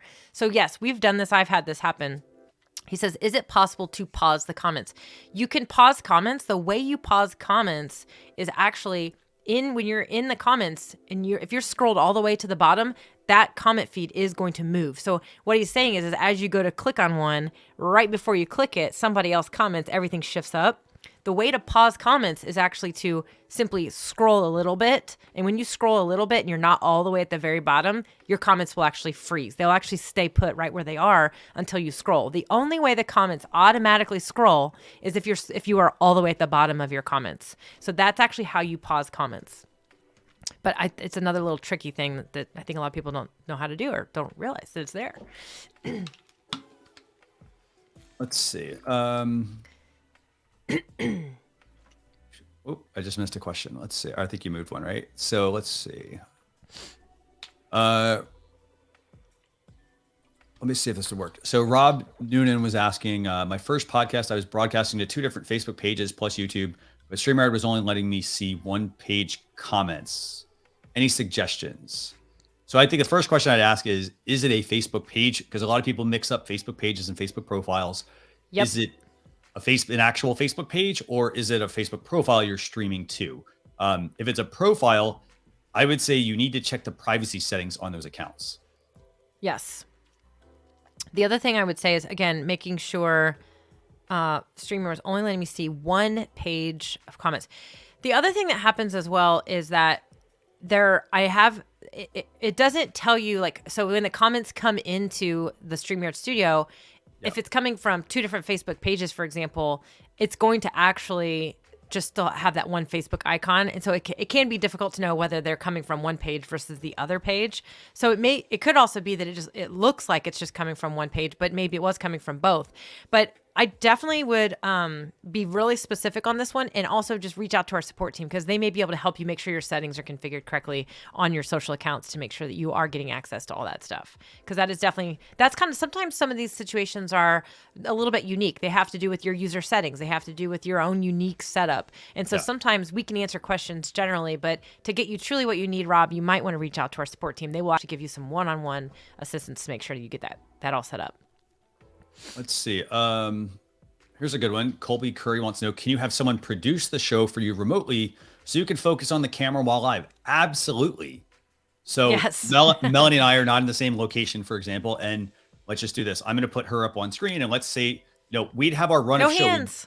We know what things were going to be like. And so, for example, she could be like, hey, Christian, can you bring up, that, screen, for example, where, let's do a demo, So we have like certain things where we talk about this stuff beforehand so that we know how we want the show to flow. And then this would allow her, or in this case, allow me to control things while she's able to focus on, looking into the camera and, engaging with viewers. And also, as long as that producer knows your show flow, and we have content on remote producers as well on both our blog and I think on our YouTube channel, but work with your producer, let them know what that show agenda is. There also is the private chat. So you can also chat with each other, in there if they need to communicate with you. The other thing that is really, really great, and another reason why I think our starred comments is such a great feature, is that if someone is producing for you and you want to be focused on the camera and your content, sometimes it can be hard to monitor comments while you're delivering your content. That backstage producer can actually be watching the comments and pin, right? Like star those special questions. And then you basically can say, all right, I'm going to go into Q&A now. And then all you have to do is go to your starred comments, and they've already queued up your questions for you. So there's a lot of ways that people can help you. And there's the stream with the StreamYard Teams feature. They can you can invite someone to be a teammate, and they can have access to do exactly what we're talking about without you having to give them your login information. Excellent. Which is essentially what we're doing today. So let's see. So here's a good question from SmackDown Outdoors. If I am playing intro music from Vmix to StreamYard, should I turn on or off echo cancellation? The music sounds horrible and goes up and down. So I think you're going to have to play with that. You're going to want to adjust echo cancellation under cam mic. So it's going to be like right here. Yep. Oh, let me get rid of the, Yep. So you'll go under cam mic, and you'll go to audio, and you're going to have this option here that says echo cancellation. And you're going to want to adjust this. You're going to want to see if it varies depending on the type of mic and your type of audio setup. So some people don't have to use echo cancellation. Some people do. So I'd say check that. And then the other thing you're going to want to also check is look for, like, for example, if you're running into if you're going into a mixer, your mixer may have effects built in that are getting applied to your setup. And the thing is, you may need to turn some of those off. Like you could have that conflicting with echo cancellation, or you also may have ducking on potentially, and that ducking is applying to everything. Ducking is basically where it's lowering the volume automatically, which then makes it go up and down. Yeah. So, for a situation like this, by default, I would recommend turning echo cancellation off, having stereo on, also turn off automatically adjust mic volume, because sometimes that automatically adjust mic volume can affect sort of some things as well. Now, if you're going to do that, SmackDown Outdoors, you want to make sure you're wearing headphones so that you don't have any issues with any echo from your speakers and things like that, which I'm sure he already has that. And then honestly, the other thing I was going to say is that Vmix itself, the software that you're using, you may need to customize some settings in there. It could have to do with some frequencies and other things that could be causing part of the problem as well. So certainly make sure that you've got the right settings over there in Vmix if you're going to be using that as your audio input into StreamYard too. But great question. Again, for everybody that's sort of like just sort of getting started, and that is definitely a more advanced setup. For sure. So you don't have to have Vmix, but SmackDown Outdoors, I happen to know he's doing a lot of extra type of production with his shows. So he's adding that piece of software to just have a little extra credit, if you will, in his stuff. But it's not for everyone, but it's kind of more of that super advanced. It's definitely more of a level 4 style of streaming. So it's not for everybody, and it isn't necessarily needed for everybody either. But great question for those advanced streamers for sure. I saw we had Nick Nimmin in the house. What's up, Nick? We did, yes. Saw him hanging out with us. So very good to see him. So by the way, Nick, you'll see him on our YouTube channel quite a bit. He's always talking about YouTube live streaming tips. Make sure you go and check those out. They're always just a lot of fun to really such good stuff. Yes, and I love the way Nick's a great example. Also, he's a great example of what you could do with StreamYard and taking things just to the next level. He's kind of got a similar setup to me where he's able to switch some camera angles and do some things like that. And so it's a great. I always like to say, I love it how we have every level of streamer that can kind of help us out in our content. But it's always fun to have somebody like Nick who's got so much experience with what he's done with his YouTube channels and how he helps other people. And he's very, very generous in how he helps. But also, he's a great example of, oh, that's really cool. He's got a TV behind him with a floating logo around it. Okay, I'm going to try to figure that out. So I always like to say, look up to these expert streamers, but don't wait until you have that set up to go live. But look up to it as, hey, I'm going to figure that out one day. I'm going to get there too. So I love Nick's stuff. He's very inspiring for a lot of people. So it's great to have him here hanging out with us for a few. Definitely. Okay, so there was a good question. Let me see. So this is from Debbie J's Crafting Corner. Is there a way to improve the sound of my Snowball Blue mic? There's a slight echo that I think is due to the open layout and vaulted ceilings in my space. I know exactly how she can make this microphone sound better. One, you need to get closer to the microphone. With the Snowball microphone, it's made by Blue, of course. It's just like the Yeti. The Yeti has a bad name. The Yeti microphone is not a bad microphone. But what happens is a lot of times people, they don't want it visible in the shot, and so they put it further away from them. And so these microphones will sound great if you get it closer to you. There's this saying of the best microphone you can use is the one closest to your mouth. So I will give you an example. So I'm gonna be further away, right? It's not gonna sound as good. In fact, I might have to turn my gain up, but I'm not going to. But if I get really close to my microphone, I can make my voice sound like butter. Exactly. Smooth as butter. And honestly, those Yeti microphones and the Blue Snowball microphones, they are fine, but you are going to need to have it closer to you. And when you do that, you're going to need to turn your gain down.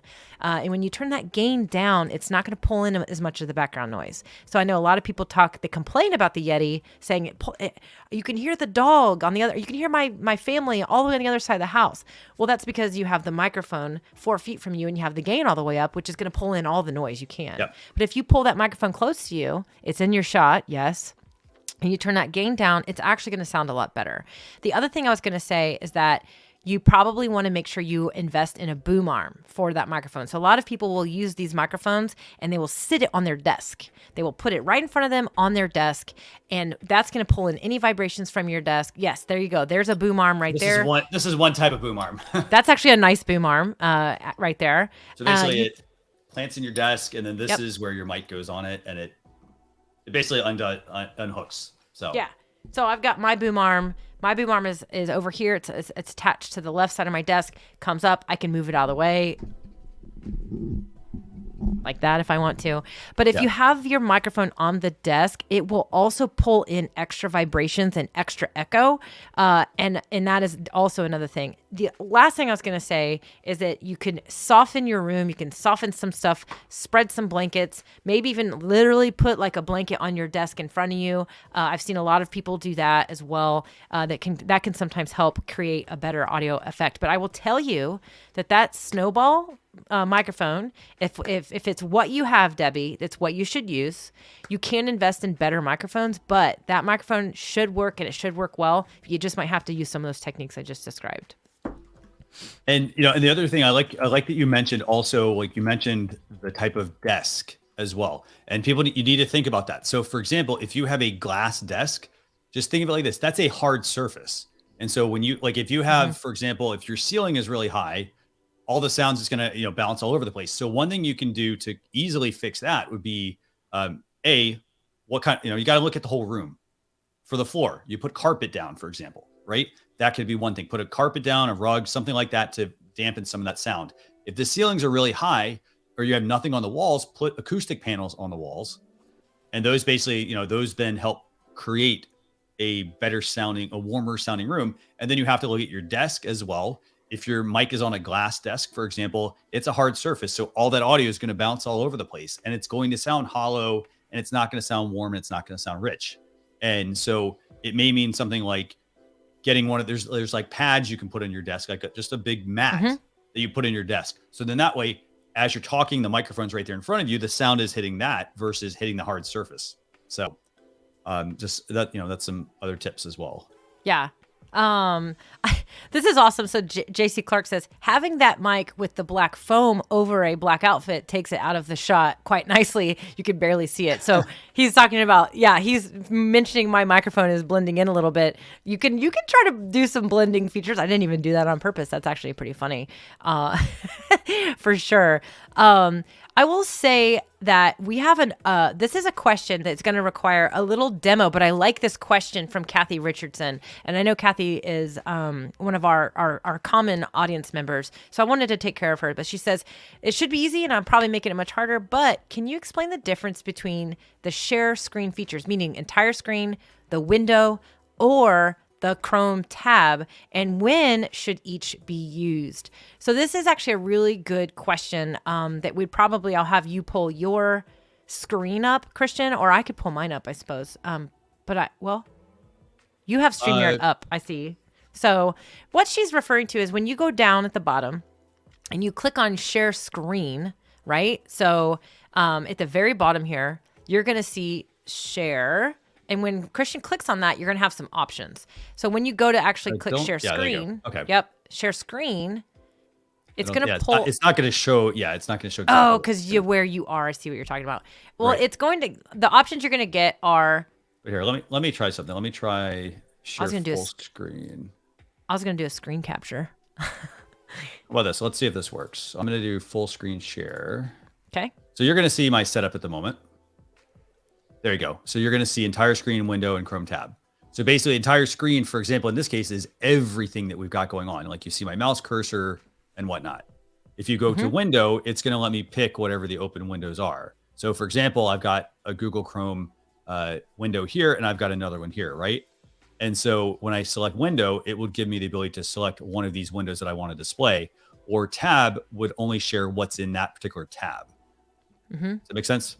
It does. So window basically is going to give you the options of open applications. So he's got Chrome tabs. If he had like Outlook open or any other application, it will actually give him the option to select just that application. So for example, I'm going to show you real quick. So I showed you all earlier, my monitor is completely vertical. So when I add it to the stream and I do full monitor, like full screen, it's going to show you it's literally showing you my monitor, which is vertical. And so it's showing you all three of these applications that I have open. This is a situation where maybe you wouldn't want to use this version, right? Because it's small, no one can really see it. But if I wanted to show all three applications on screen, there's certainly different layouts where this would work. You can see my virtual mixer, you can see my OBS, and then I just have Google Chrome open here. However, if I stop sharing that, and if I just share, when I click on share screen and I go to window, it is going to give me, a couple Google Chrome tabs. It's going to give me OBS. It's even going to give me my sticky notes because that's open. And it's going to give me Wavelink, which I had earlier. So if I just click on Wavelink and I share that, you're going to actually just see the Wavelink app and only the Wavelink app. So it kind of depends on what you're doing and how you're displaying, but also your setup. If you have one monitor, you're going to definitely need to use window. Sharing the window so that you can just share the application you want to share. The Chrome tab is essentially the same thing. It's just going to let you just pick one tab over the other. And so it really just comes to what you're sharing and also your setup. So Kathy, this is another great example of just go and play around with it. So open up StreamYard, just enter the studio and just start sharing stuff and play around with it and get a feel for what you want to do. Fantastic. Okay. So Melanie, do me a favor. Check the private chat real quick. Okay. Yeah, I see it. You're good to go. Okay. Okay. So let me see here. This is a really fun question that I can do here. So Charisse says, my son wants to know if you can stream games on StreamYard. And if so, how can he do it? So I actually was getting ready to pull up. So we have a bunch of, there's actually some blog articles that will actually give you exactly what you need to do. And then there's also some YouTube videos. Now there's a couple of things here. So Charisse, if he's using a computer and he wants to have StreamYard open and he's doing PC gaming, he can share his screen.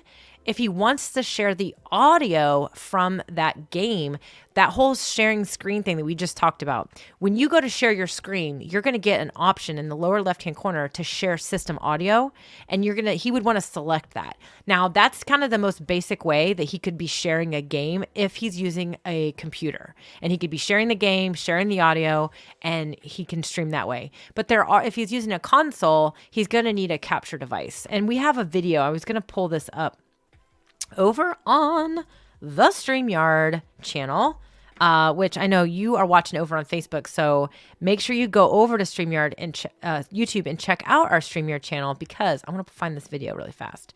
Our buddy Garrett does a lot of these great videos about the gaming stuff. So I'm going to pull it up. I'm looking for, I know it's in here. It's not far. I was looking for Garrett's video where he talked about the gaming using the capture device for streaming a console. So I was trying to find that one real quick. I think it was a video. So we have a blog post actually on that. Yeah, there it is. I found it. Okay. Okay, you got it? Cool. Sorry. Welcome back to the channel, everyone. Today we're going to be... Pause that. I'm going to put this in the comments really quick. So there it is, but I just want to show it as well because... And it's going to depend on like what console they're using too. Like exactly. Xbox, PlayStation, for example, have some different requirements. Some make it easier than others. Mm-hmm.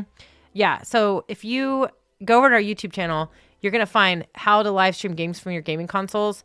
And that's the one I was just talking about. You're going to need an actual capture device. You're going to need to buy a piece of hardware that will allow you to do that. So, but he describes all this. We also have the blog articles for that as well. But I thought that was a fun question. We don't get a lot of gamer or game streaming questions over here with StreamYard. So I always think it's kind of fun because you absolutely can use StreamYard to stream your gaming and all that stuff too. So in fact, MK Stream says, what's good software for live streaming games on mobile? Now, if you're talking about streaming a game that is on a mobile device, then that is maybe going to require a little bit of a different setup. But to stream via mobile, I don't know that you could stream a game from mobile. Obviously StreamYard works on mobile, but so I'm wondering if they're asking, can they plug their phone in and stream what's on the phone into the like as a stream? That's what I was wondering. So you can't do screen sharing from you can't bring your phone in as a guest and share the screen from the mobile device. But what you may need, you'll need some sort of capture device probably to do that. So yeah. For example, I think like you may be able to connect the phone to because some of the computers will require you actually have to connect the phone to the computer versus trying to do it wirelessly. So I think you're going to have some sort of hardware solution there. Yeah, for sure. Okay, so Matthew, Mantis Lou, I know his name is Matthew. He says, when you have technical difficulties prior to a live stream, when you have that stream scheduled, should you cancel it? Or should it be delayed and let the audience know like what's happening? This has happened to me. I've had some technical issues lately, for sure. I think it kind of depends on what's going on. I think here's what's beautiful. When you are live streaming and you live stream consistently, meaning last week, right? So this Ask StreamYard show is every Wednesday at 11 a.m. Eastern. That's our planned schedule. Everybody kind of has become accustomed to it. That's what we do. Last week, I started the stream and my internet decided to like get all messed up. Our internet provider, like they had a server issue with our closest server, our tower, or whatever it is. And my internet went to crap. Like it was bad. And it was basically like everything was jarbled. Everyone was like, oh my gosh, this is terrible. And I didn't freak out. I tried a few things and I just was like, okay, we're going to have to try this another day. And I went ahead and ended the stream. But here's what's kind of cool is I just went ahead and did it on Friday. I just went live on Friday, and because our audience knows that we do this show regularly, when they saw it pop up, it's not too jarring for them. If you're always streaming randomly, then you're not going to have that same loyalty from your audience in regards to the schedule. So everyone kind of knew like, oh no, something must have gone wrong because there's no Wednesday show. And then when they saw it pop up for Friday, they're like, oh sweet, here we go. So I do think that this is a nice benefit when you are streaming regularly and consistently. But here's what's interesting about StreamYard. If you have not started the stream yet and your computer's having problems and you haven't gone live yet, you can actually simply go in and edit the schedule. You can actually change the time to a different time, maybe try later in the day, maybe try the next day. You can certainly do that. Your audience isn't going to get like a notification when you do that. So you are going to maybe need to like edit the description to say rescheduled. I've done that before. The only place that this will not work is on Twitter and on LinkedIn. So if you need to reschedule something that's scheduled for Twitter or LinkedIn, you actually are going to need to just delete that and then completely start from scratch and create a new stream. So I definitely think rescheduling is great. Find a way to notify your audience. This is not a big deal. Don't freak out. Yep. What I would say don't do is don't just cancel it and never try again. That's what I would hate for you to do. So either edit the schedule or just end the stream and say, we're going to try this again, everybody. Make sure you're subscribed to the channel so you get notified when I do. I'm going to give this a try in an hour.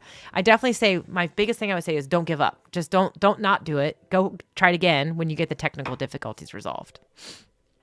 Do you have any other tips on that? I think the first thing is don't panic. Like if you do get some sort of issue. Totally. People do understand as well. Like, I mean, that's the thing. You can't control everything. Like, for example, like, this was, I don't know how many months ago this was, but like, the software that like we were using, for example, like we tied into Google or Amazon or something like that, and it went down, but it went down for everyone across the board, right? Mm-hmm. It wasn't just one company. It went down for everyone who had something tied into it. And so when that happens, you just kind of have to roll with the punches. Yep. So. Yep. I agree. I love that you said don't panic. Don't freak out. Don't panic. And honestly, don't think that it makes you look bad. That's another thing I would say is don't sit there and say, oh my gosh, my audience is going to think I'm a fool or I'm a whatever. Yeah, I mean, everybody is used to technical difficulties, and live video especially. It's not a matter of if something's going to get wonky. It's a matter of when. And it could be the social media platforms change their API. It could be like he said, Amazon Web Services goes down or whatever. Or it could be, your power goes out. It could be your internet provider did something wrong. It could be that your cable got faulty on your camera and all of a sudden now your camera doesn't want to work right. Like there could be anything. It could be a bug in your I did a update on my computer last week and it broke my my virtual audio mixer. I had to reinstall it. So it just happens. It's kind of the nature of the beast. And honestly, the audiences out there are kind of used to it. They kind of get it. And so don't feel like it's representative of you and that your audience is going to all of a sudden like not have faith in you anymore. So just keep going. As I said, keep going. Keep showing up for sure. Definitely. Okay, so next question. This is from Kathy Cornell. She wants to know, can you recommend some lights that can sit on my desk behind my monitors? My desk is up against a wall, so I'm limited on space. I wear glasses, so I would need two. I will tell you right now, you may only need one if you're using something like this. Mm-hmm. This is the Elgato key light. Here's how thick it is. Yep, and that's the bigger of them. Yeah, that's the back of your desk. Yeah, and you can. And the cool thing about this, let's see if you can see this. So each end of this has holes on it. So you could mount it vertically. You can mount it this way. You can mount it, facing off the wall and reflecting. So you could have one reflecting and then one coming towards you if you want. I'd recommend something like that. This is the Elgato key light. They make a key light Air, which is a smaller one. Mm-hmm. These are super, super, super bright. And Melanie, I think you have one as well. Like you got the key light Air, I think, right? I have the key light Airs. I have two key light Airs, which is simply just a smaller version of what Christian just showed you. What's nice about these is you can change them. So they do go behind my desk. And if you wear glasses, Kathy, one of the things that I recommend is depending on your setup, if you have the right setup, if you have a wall in front of you, especially if it's a brighter colored wall, you might consider flipping the light and bouncing the light off the wall onto you. That is going to significantly reduce the glare with your glasses. But she's right. One of the best things you can do when you have glasses is to flank your lights. So as you notice, I have a light over here and I have a light over here. And so that's what the two lights are going to do for that. Now, I will say these lights also, you can adjust the brightness on them. And so sometimes the brightness makes an effect. When you flip a light around, you're probably going to need to have the brightness all the way up for that. Now, honestly, I have also seen a lot of people, they have a ring light already and they're like, hey, I want to upgrade my lighting. Honestly, you may only need one extra light. Take that ring light and use it on the right side. Especially if you have larger ring lights, they're actually great lights. They're still great lights. So use what you have. I do like these lights a lot. There are a lot of lights coming out on the market right now. These Elgato lights just happen to be really popular. They're basically geared towards gamers. But I think they're great. They are a little bit pricier than your standard ring lights that you can go buy, on Amazon for $60-$80. But if you have a light already, maybe incorporate that light and then upgrade, add one more light. And then as you get more budget, then go ahead and add the second professional light as well. So, but there's a lot out there. I definitely like the idea of bouncing the light though off the wall. It is going to diffuse it even more, and you're going to get a pretty good effect there for that, especially for those of you that wear glasses. And they have the key light and the key light air. The key light is the big one. The key light air is the smaller one. The key light air comes with it's a desk stand, but I believe you could actually remove that and put it on an arm. Like I have it mounted on an arm. If you buy the Elgato multi-mount, you can take the key light air master mount. Thanks. You can take that key light air and you can use it with the other stuff. You can put a clamp on it, but she's right. That the key light air does sit on the desk. They have little platforms on them, and then the key light itself has a clamp. Does it come with a stand at all, or does it just come with the clamp? The key light comes with the whole. The key light's actually so I saw a comment here from Creative Girl of Color. She says, "Hey, they're super expensive. I just got some LED lights that you can clamp to your desk." Here's the thing. The key light seems like it's expensive, but it's actually a really good deal because you get the mount that mounts to your desk, and that's typically $50 plus. So you're actually not. And they always have deals as well, and then they're like, I think you can get both of them for a few $100, and they also include those mounts. So then here's the cool thing about those mounts: you can use it for your own light. You can put a camera on it. You can put a microphone on it. You can put anything else you want on it. So it's not just for using it for the lights. So that is definitely a nice feature of it. And then if you're on a really tight budget, and I'm saying tight budget, you can honestly use paper shade lamps. I still have them in my closet. Paper shade lamps, something like even, do you see that light there in the corner? That is a paper shade lamp. You could use something like that. And the reason I say paper shade is because it is going to diffuse the light. And so the paper shade, which is like the Asian lamps, that we see, that style of decor, those are actually going to diffuse light. I used to use two really small. They were for an office or whatever, and I used to put them both on either side of my monitor, and that's what I used for my lights for years. And they were like $20 a piece, but just put a bright LED light bulb in it so you get as much brightness as possible from it. I mean, if you're on a really tight budget, don't use regular lamps. I would say use those paper shade lamps. So, and I got to say, I want to give a shout out to our friend James Hicks, saying, hey, there's a huge difference between photo and video lights. And also don't forget, you get what you pay for a lot of times as well. So it may be inexpensive, but you may have to buy multiple iterations of something because it just doesn't last. Yep. And the other cool thing about, by the way, if you go with some of the Elgato products, and I thanks James for mentioning this, it has Wi-Fi connectivity and it also has Stream Deck integration. So I could turn them on, I can turn them off, I can adjust the brightness, the color intensity, and so forth. So great question. Okay, so more questions, by the way, Mel. So we'll keep going. Okay. Clarak, Deborah Hussein, Kolhabama is asking, are you both using in-ears? If so, any recommendations on a good set? So yes, we are both using, and she's saying in-ears like headphones, in-ear monitors. Yes, we're both using in-ear monitors. You can get clear ones, you can get black ones. And then you do exactly what Mel does there, which is you run the cable. Let's go back to that. She runs the cable behind her neck. And then basically I have, in this case, I have a 6-foot cable so that I can get up and walk around and still listen to you all and whatnot. So Man, in terms of the brand, my DIY haircut looks pretty good. Sorry. I had to cut my own hair this time because my stylist got the COVIDs. yeah. Sorry. So in Go terms on. of the brand, I think you're using the Me Audio. I think they're like, she's using them. They're like $16. I've got Sennheiser ones right now. The IE40 Pro, I think is what they are. I think these were like $75. We were just talking about this before the stream, actually. Yeah. Kind of back to what James was saying, you get what you pay for.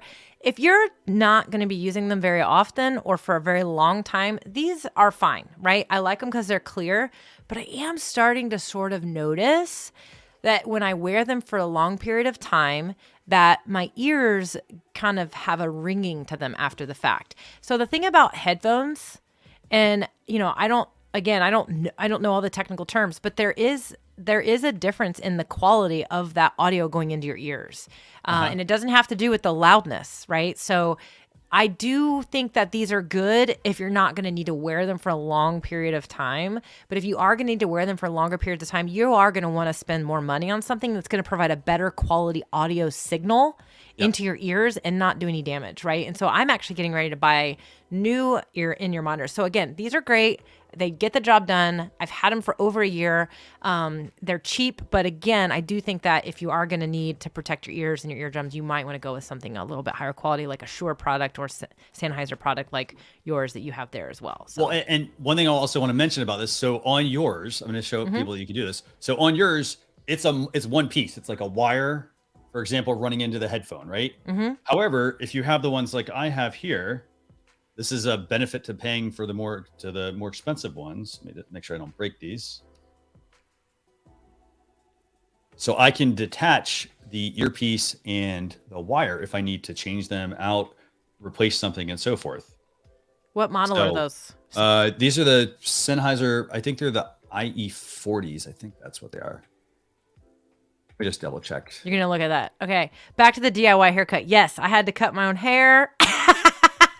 Thanks, guys. Appreciate all the props on the hair. Albie Tastic says, what about Bluetooth? So she means wireless headphones, right?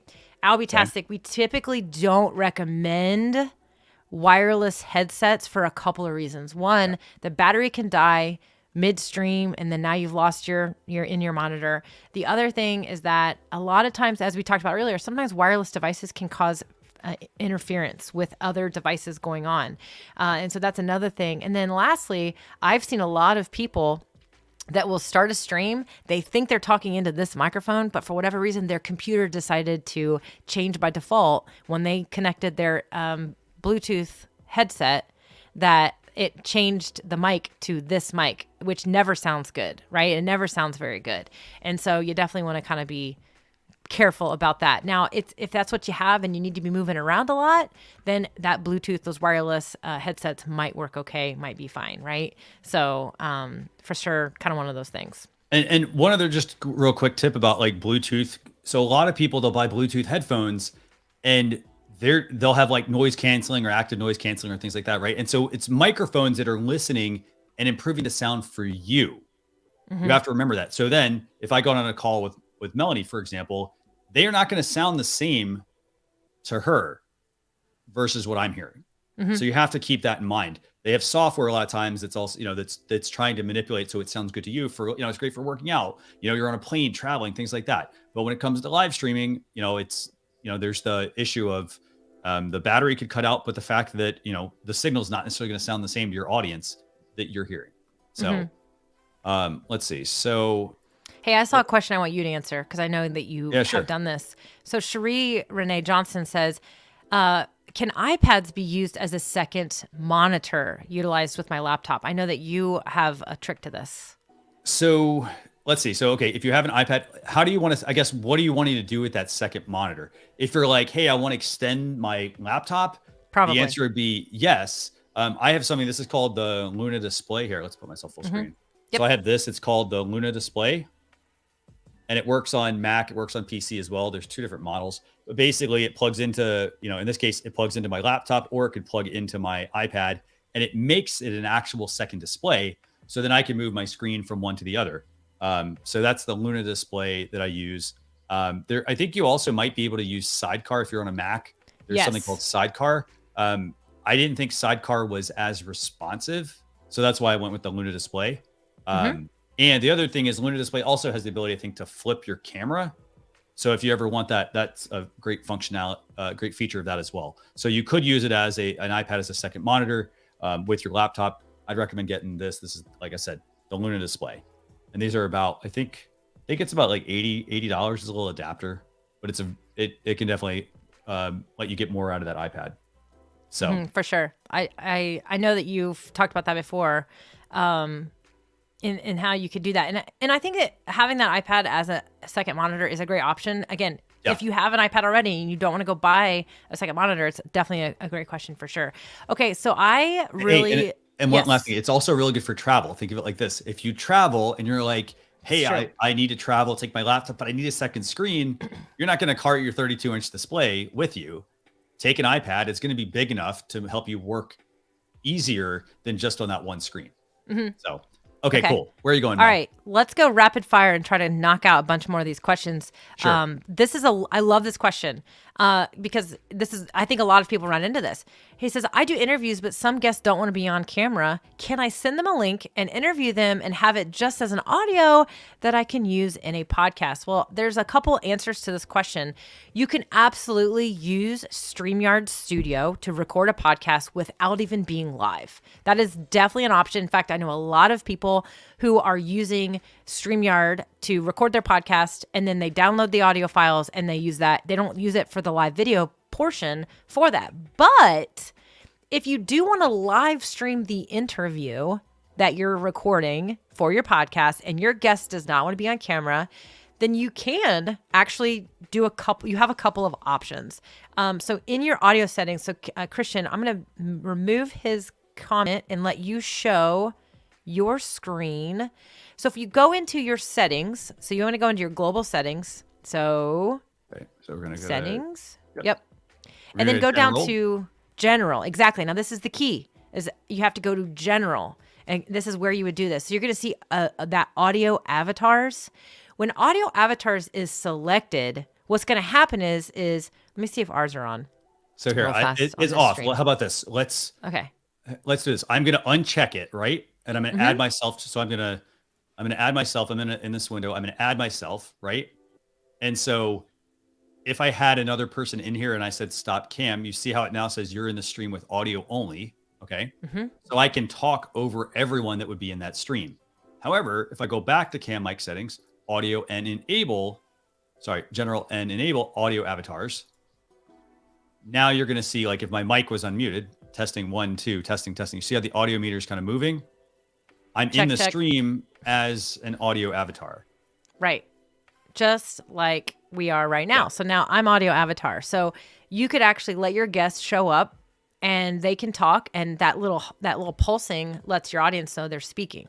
But as Christian mentioned earlier, and I recommend this version if you are going to interview somebody, because if you're not and you go the other route, it's just going to be Christian on screen the whole time. And when your guest is talking, it's like, we call it like the voice of Oz, like in the Wizard of Oz, like when he's talking and he's like in the room, but you don't see him. And it's like, it's awkward. It's weird. See, here I am talking and you're just looking at Christian. But this is a little bit better because I'm the one speaking, and why Christian's just staring at the camera and waiting for me to stop speaking. Right? Yeah. So I prefer that version if you're going to do that kind of thing. But that's a great question. And I love it. So you definitely could still go live, have your guests on there. They would join the stream exactly how they would any other live interview. You just want to make sure you have the right settings set. Let's see. So what other questions do we have next? I think there's one from tell them what app you're using to do that mouse thing that you're doing. Okay. So thanks for clarifying that, because I was trying to figure that out. It's like, what are they talking about? Okay. So I'm actually using a Google Chrome extension here. Let me do this. Let me share my window so you can see what this Chrome extension is. Let's see. I think this will work. Let's see. Yeah, there we go. So I have this Chrome extension up here, and it's basically called magnifying glass. That's literally it. And so what I do basically is I click on this and I'm like, okay, I want to show somebody something. It makes this hovering effect, and then I can just click off and it disappears. If I want to then make some adjustments to it, I can go into options and then just some very simple instructions of like, hey, you know what? I want to make this, let's say it's 300 by 300 with a zoom level of, 2. Then when I go back and I turn this on, let's see if, so see, it's massive at that point, right? Mm-hmm. So it's much bigger, so it does make it harder to use, as you can see. But it does give you potentially greater magnification and whatnot. And then you can just click to turn it off. So that's what I'm using. It's called Magnify. What's it called? Magnifying Glass. It's a Chrome extension. Just look up Google Chrome Magnifying Glass. That's literally it. Okay. What are the questions we got? Okay, so this is a good question. It comes up sometimes, so it's good to let everybody know. Okay. Does StreamYard have software like Vmix, which I can download to my laptop? As of right now, StreamYard is browser-based only. So there is no native software that you can install on your system, which would be comparable to like, a Vmix or an OBS or even an Ecamm. Right now, it's all browser-based. As far as I know, that's not part of the roadmap. But honestly, I mean, heck, as you know, Christian, sometimes we'll find out about a new feature when you all find out about a new feature because, our developers and our team, they're very protective of the roadmap. But I don't know if that's an option. I know I certainly, what that would do is it would just unlock a few extras of probably capabilities. But right now, StreamYard's browser-based, and I know that's a big piece of the mission is to keep it simple and to keep it easy to use. And the beauty of it being browser-based, there's a couple of things. You can basically use your StreamYard account anywhere, in wherever you are, as long as you have an internet connection, a webcam, an audio, and a computer, or even on your phone. I can use StreamYard on my phone anywhere in the world. It will work. The other beauty of it being browser-based, which I don't think a lot of people think about, is that when you stream and if you have a power outage or if you need to leave your stream or come back or even restart your computer, which is what I did last week, it's actually going to keep you live. So if you were using software and your system went down or you need to restart your system or your power went out, it would cut off your total stream. So there are definitely a lot of pro features and benefits to it being browser-based for sure too. So, Definitely. But a good question. Just wanted to clarify. Okay, let's see. Matthew, Here, hold on. Yeah. We got to give the rundown. We got to give the rundown. We always get this question.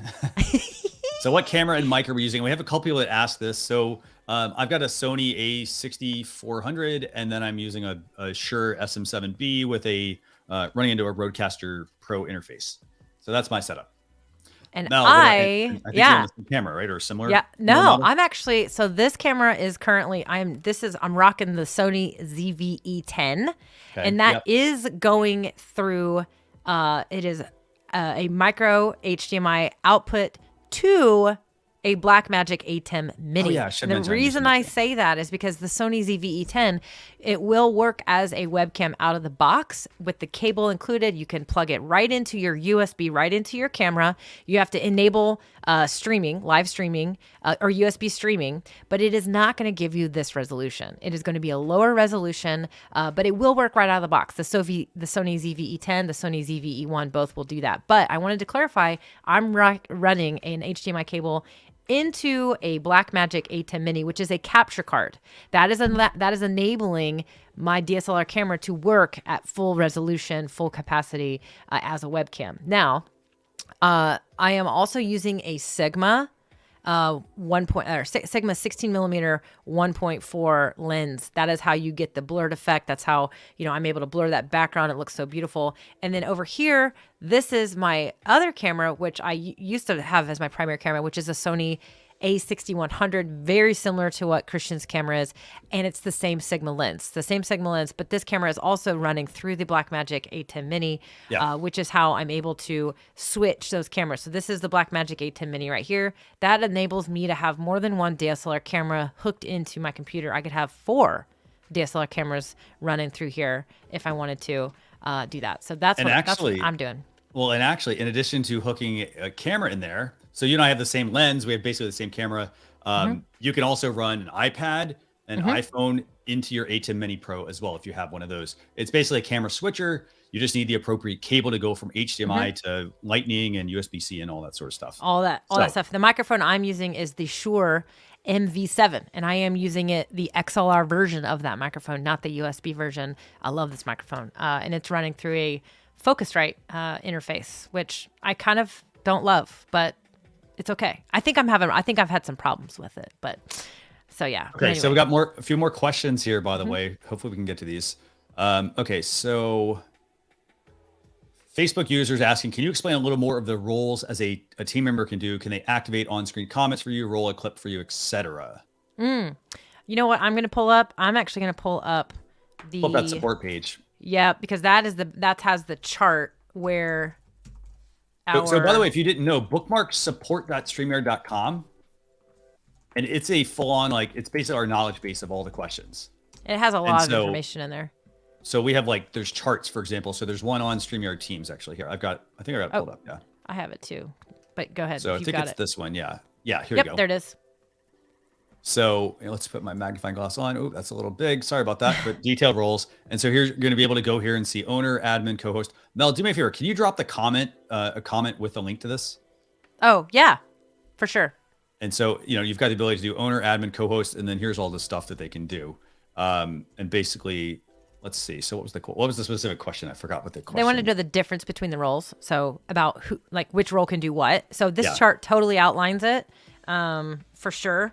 I do think that, I know that, there's 3 roles right now you can choose from. It is possible that there's going to be a 4th role that kind of sits in between the admin role and your co-host role, and it would be more like a producer role. So they don't quite have all the same admin rights, but they may have a little bit more control of the stream. I know a lot of people have asked for that, so it's possible that will change. But yeah, no, that is that chart will give you all the breakdown so that you know and you can appropriately assign your teammates to your the right role, and you want to do that. You want to make sure you do that, and knowing that an admin can have a lot of power. So you may not want to use the admin role for that. So definitely make sure you acclimate yourself. And I just posted that in the comments. So the link to that article. Okay. Let's see. So we have a question here from Matthew. Matthew, I know you've asked this question a couple times. Said he paid for the $20 plan to take off the advertisements, but when he went live, it said that in the title, we're streaming with StreamYard. How do I take that off? So actually, that's a group. Yeah, go ahead. Yeah. I bet he's streaming to a group. Okay. I bet that's what that is. So I'm going to pull this up. Yeah. And show what I bet it's a group, because it shouldn't say, if you're paying for the basic plan, which is what that plan is that he's referring to, and that's an annual price. So if you pay for it annually, you will get it for $20 a month. But when we go, let's see, I'm going to go in here, share my screen, share. Okay. So when I go to create a broadcast, and if I go to select new, if I select a page, that's my profile. If I select a page, it's just going to let me customize everything that is seen. If I go to a group and I schedule a live stream to a group, if you notice right here, when streaming to a Facebook group, comments on StreamYard won't show names of pictures. We recommend informing your guests how to get around this. And this little thing right here, add comment instructions to my post, that is essentially going to add a little blip to your description that says, I'm going live using StreamYard to give StreamYard permission to whatever.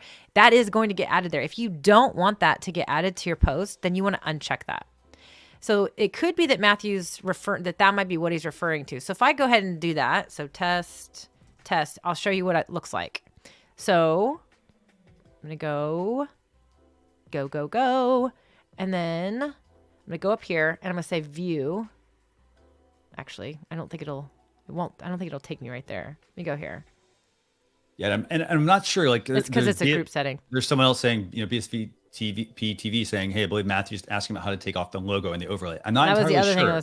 That was the other thing I was going to say is it's possible that it's because by default, it was a group. Okay. Because the other thing I was going to say is by default, your logo might have this one by default. It might have that one on. All you have to do is deselect that. If you are on a paid plan, the basic plan or the professional plan, not the essentials plan, the basic plan or the professional plan, that you have to just simply unselect that and that'll take it away. So that could have been the other thing I was thinking of. But Matthew said it was a group. So Matthew, all you have to do is uncheck that.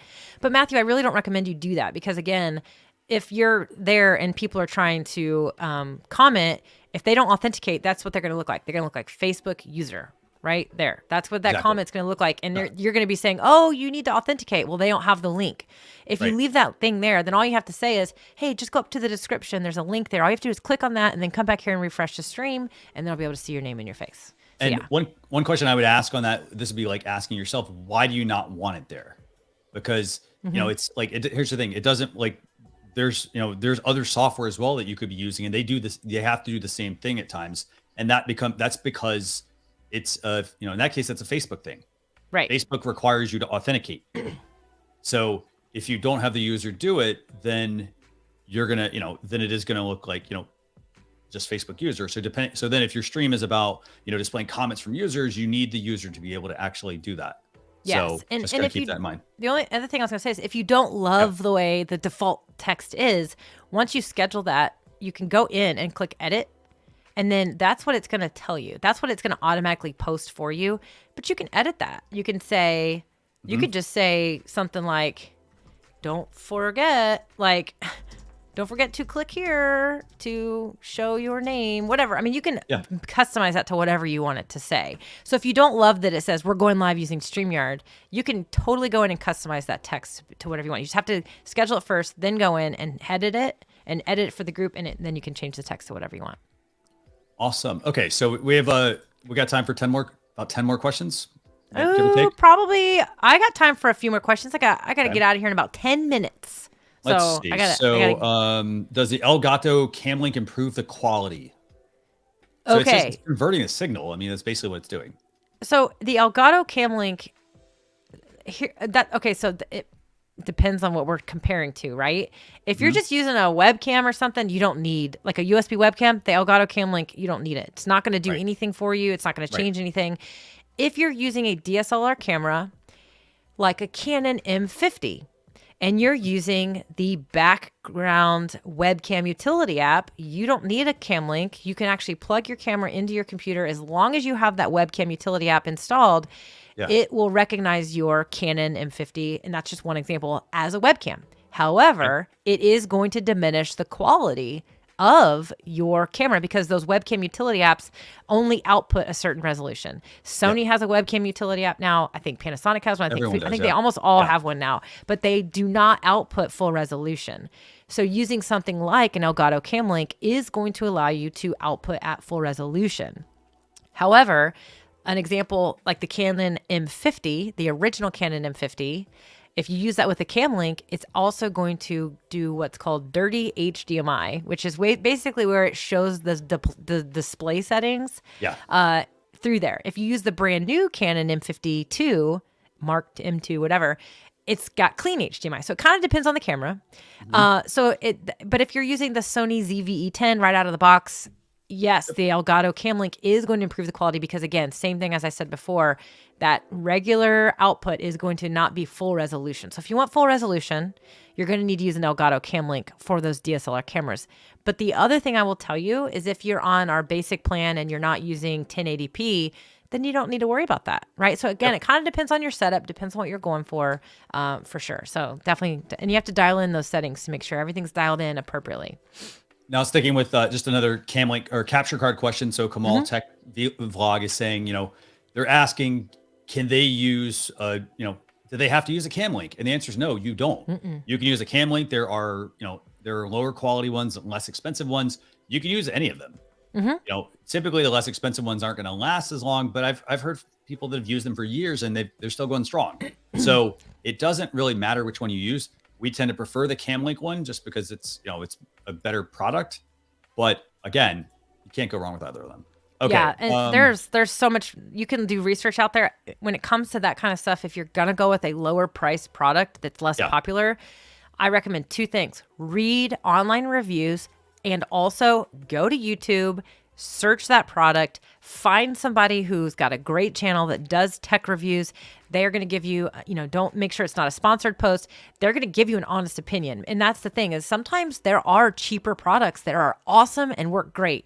Let somebody out there who's doing that be an expert and provide you with good feedback on what's going to work. But do your research before you just go buy a cheaper version of something. Because as James Hicks said earlier, oftentimes you do get what you pay for. But there are times when sometimes we're paying for a name brand and maybe we don't have to. Excellent. Okay, so let's see what else we got. Oh, I'll answer that one in a minute. Here's a quick one. Yeah, sure. And I saw this, a couple people were asking about downloading. You can download separate audio files when you have a guest, but right now you cannot download separate video feeds. So what you output, what you stream, or what is on the preview screen when you select record, if you're using record only, is the video file you will get. So there is just the one video file. That is the way it all works right now. So you can't separate the camera footage as of right now natively inside StreamYard. And speaking of that question, actually, there's another similar question. Actually, they're asking, let me see, they're asking how do they download their videos? So yes, it's Me Tools. They want to repurpose the video footage from their stream. Can they download the video file afterwards? So I have this pulled up. And so let's just say your live stream is finished. So the first thing you do is you click on Past Broadcast. And then you're going to see this stream, for example, and you're like, hey, I want to download this. Just click the three dots and you can select Download Recording. And now you're going to get the options here. For example, I have the ability to download the final video file for repurposing, or just the audio recording if I want. And just select download, it'll process it, and then you can just download it. So that easy. It's that easy to download and then repurpose in your favorite software. Okay. I've got a good one here that I think we have some new content on, actually. So excuse me, I'd love to podcast repurposing my YouTube streams. Are there any videos on that? We actually have a lot of videos from my good friend Crystal Profit on podcasting and live streaming and using StreamYard and how they can go together. So over on our YouTube channel, there are definitely some really great ones, but we also have some great blog posts as well. So by the way, everybody, if you haven't already subscribed to our YouTube channel, we don't just live stream on that channel. In fact, we're creating tutorials and helpful videos for you as well. And so you definitely want to check out the YouTube channel, subscribe to it, so that when we do upload new tutorial content, you will see it. Because, you know, I think sometimes they get lost in the shuffle when we're just kind of tuning into live streams. There's a lot of pre-recorded videos that are getting put up there as well. So make sure that you're tuned into that. And then on that same note, this El Show de Fravia Maravilla, I think I said that kind of butchered, but kind of okay. Yeah. Is it true that YouTube doesn't like that many live shows and they prefer pre-recorded content? That is a myth, rumor. It's not accurate, and here it depends. Here is what it is. YouTube loves live videos. They love live streams, but they don't want you to just live stream. You can if you want. It's fine. The algorithms are really not. They're going to present your content to people based on, you know, your SEO, you know, quality. Are people commenting on it? Are people clicking on it? Are they watching your videos? And live videos, when it comes to a replay standpoint, typically live videos are longer. Live videos are more conversational. The whole purpose, the whole value of me as a viewer in watching a live video is being live and getting to comment and getting my comments answered, getting my comments displayed. If I'm watching that live video as a replay, I may watch the whole thing, and many people will watch them, but it's not quite the same experience. So a variety of both is great. From a longevity standpoint, I do think that some of those shorter pre-recorded videos are going to last longer in the algorithm versus a live stream. And what I just described is one of the reasons why. In a pre-recorded video, you can get right to the point, give them the tutorial, let them watch the video, get what they needed, and get out. Live streams are more about building community, building connection, having relationships. And in my opinion, to truly grow a great following and to get to know your audience, you need to do both. And so that's really what a lot of live stream or YouTube experts are saying as well. And so it's not necessarily that YouTube wants you to do one or the other. It's actually it's about the viewer's activity, right? Because like, I mean, if you, for example, if you're not getting people to watch your live streams, so you're doing live streaming and nobody's tuning in, you may get value in the replay. Start mixing it up. Do some pre-recorded content. In the pre-recorded content, mention, hey, I have a live stream. It's once a week at X time. So then you may potentially then get some people over to watch your live streams and vice versa. So just keep that in mind. Speaking of experience, by the way, we had a couple of good questions, actually. This was a Damn Short Film Festival. Actually, I had two questions. We only go live once a year for our festival. Would a webcam work for us with a high quality mic? I will say this. If we're talking like a webcam, like a Logitech C920 or something like that, or even the webcam built into a laptop, you have to look at the experience. You can Zoom with those, but the quality is not always going to be that great. And so what a lot of people will do is, if they're, for example, live streaming an event, what they will do is they will have a laptop and they will have cameras run to a switcher or something like that. so they can create those different scenes that they want to share with their viewers, people who are viewing but aren't able to actually be there. Yeah. So and the again, mic, yes, but it all comes down to what you're trying to do.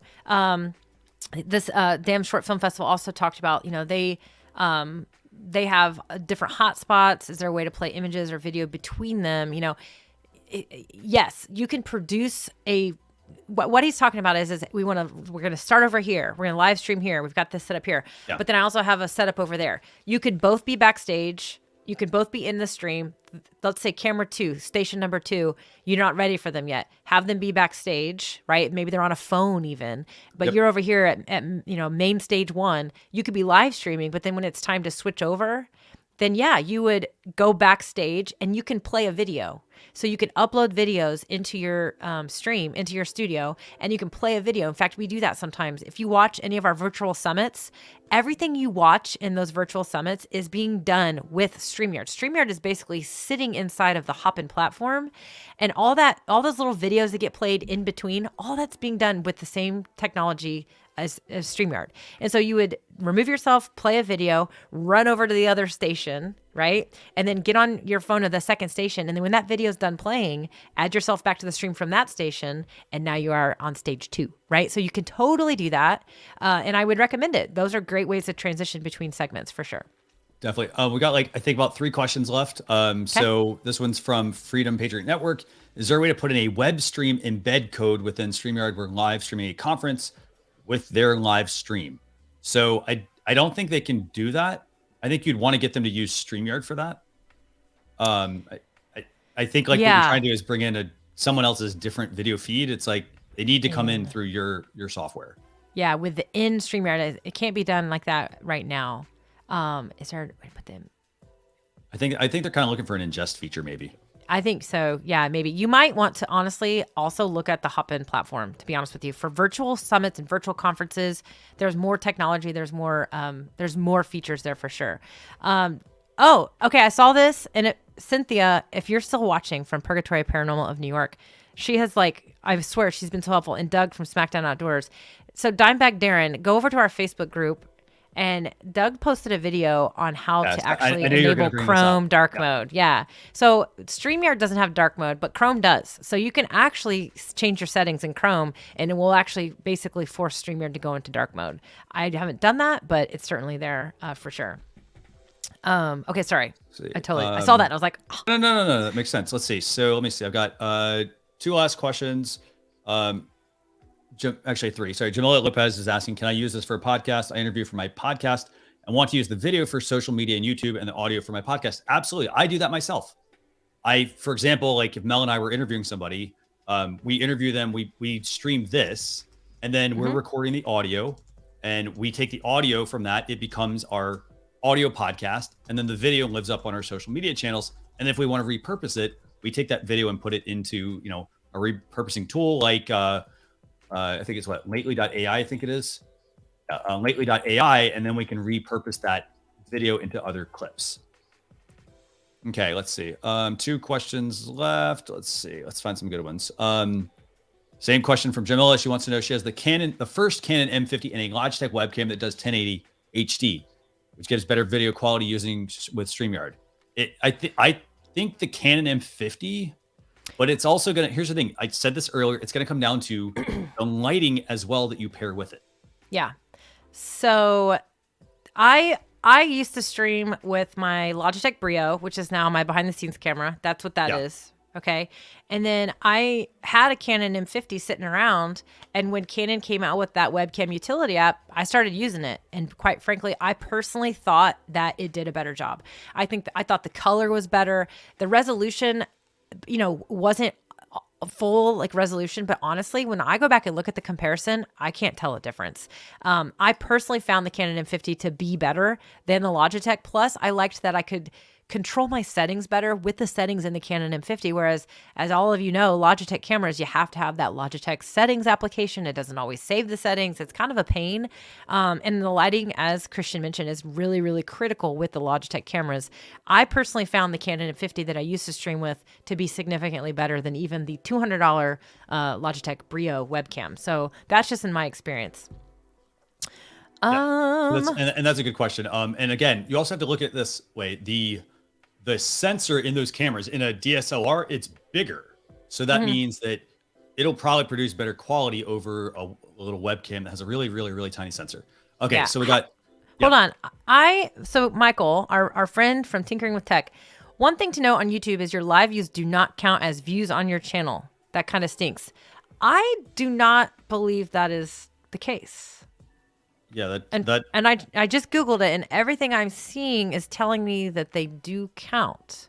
So Michael, maybe you can clarify what you mean there, because it's my understanding that live stream views do count. In fact, the hours watched also counts towards your hours. So the reason why this might be, people care about this, is because you have to have 1,000 subscribers and you have to have 4,000 watch hours within the last 365 days to be monetized on YouTube. It's hard. It's my understanding that live views and hours for live videos absolutely counts towards those metrics. So maybe Michael knows something we don't, or maybe he's referring to something else, but maybe you can clarify for us. But I believe live views count. In fact, I just did a quick Google and everything showing up is telling me it does count. So I don't know, maybe there's something else there that I'm not thinking of or know about. Let's take one last question. And then we've got a lot of just a couple little nice little kudos from people who have been watching. So this came from Facebook user. Since we're on audio, I get feedback hum from my USB webcam when I record or my guest hear it on their end. My lights and mic are USB 2. I've tried some dampening under the webcam, make sure my speakers are as far as possible. How can I fix it? Do I need a USB noise canceling device? So first point would be, and I think they're kind of doing some of this. Make sure if you are, if you have a lot of different devices around, if you've got a phone, for example, nearby, move it away, because it will interfere. It can cause speaker interference and whatnot across all your stuff. So I'd say move a phone away. That's the first thing. Make sure you also have good quality wires. So what it sounds to me like is some of that stuff is not shielded properly. And so if you have poorly shielded cables and they're running across one another or near one another, that is potentially causing some of that interference, I think. The other thing also would be to check to make sure you have the right plug and you have the right kinds of connectors, because they even though they're audio cables, for example, there are different ones. Yeah. So yeah.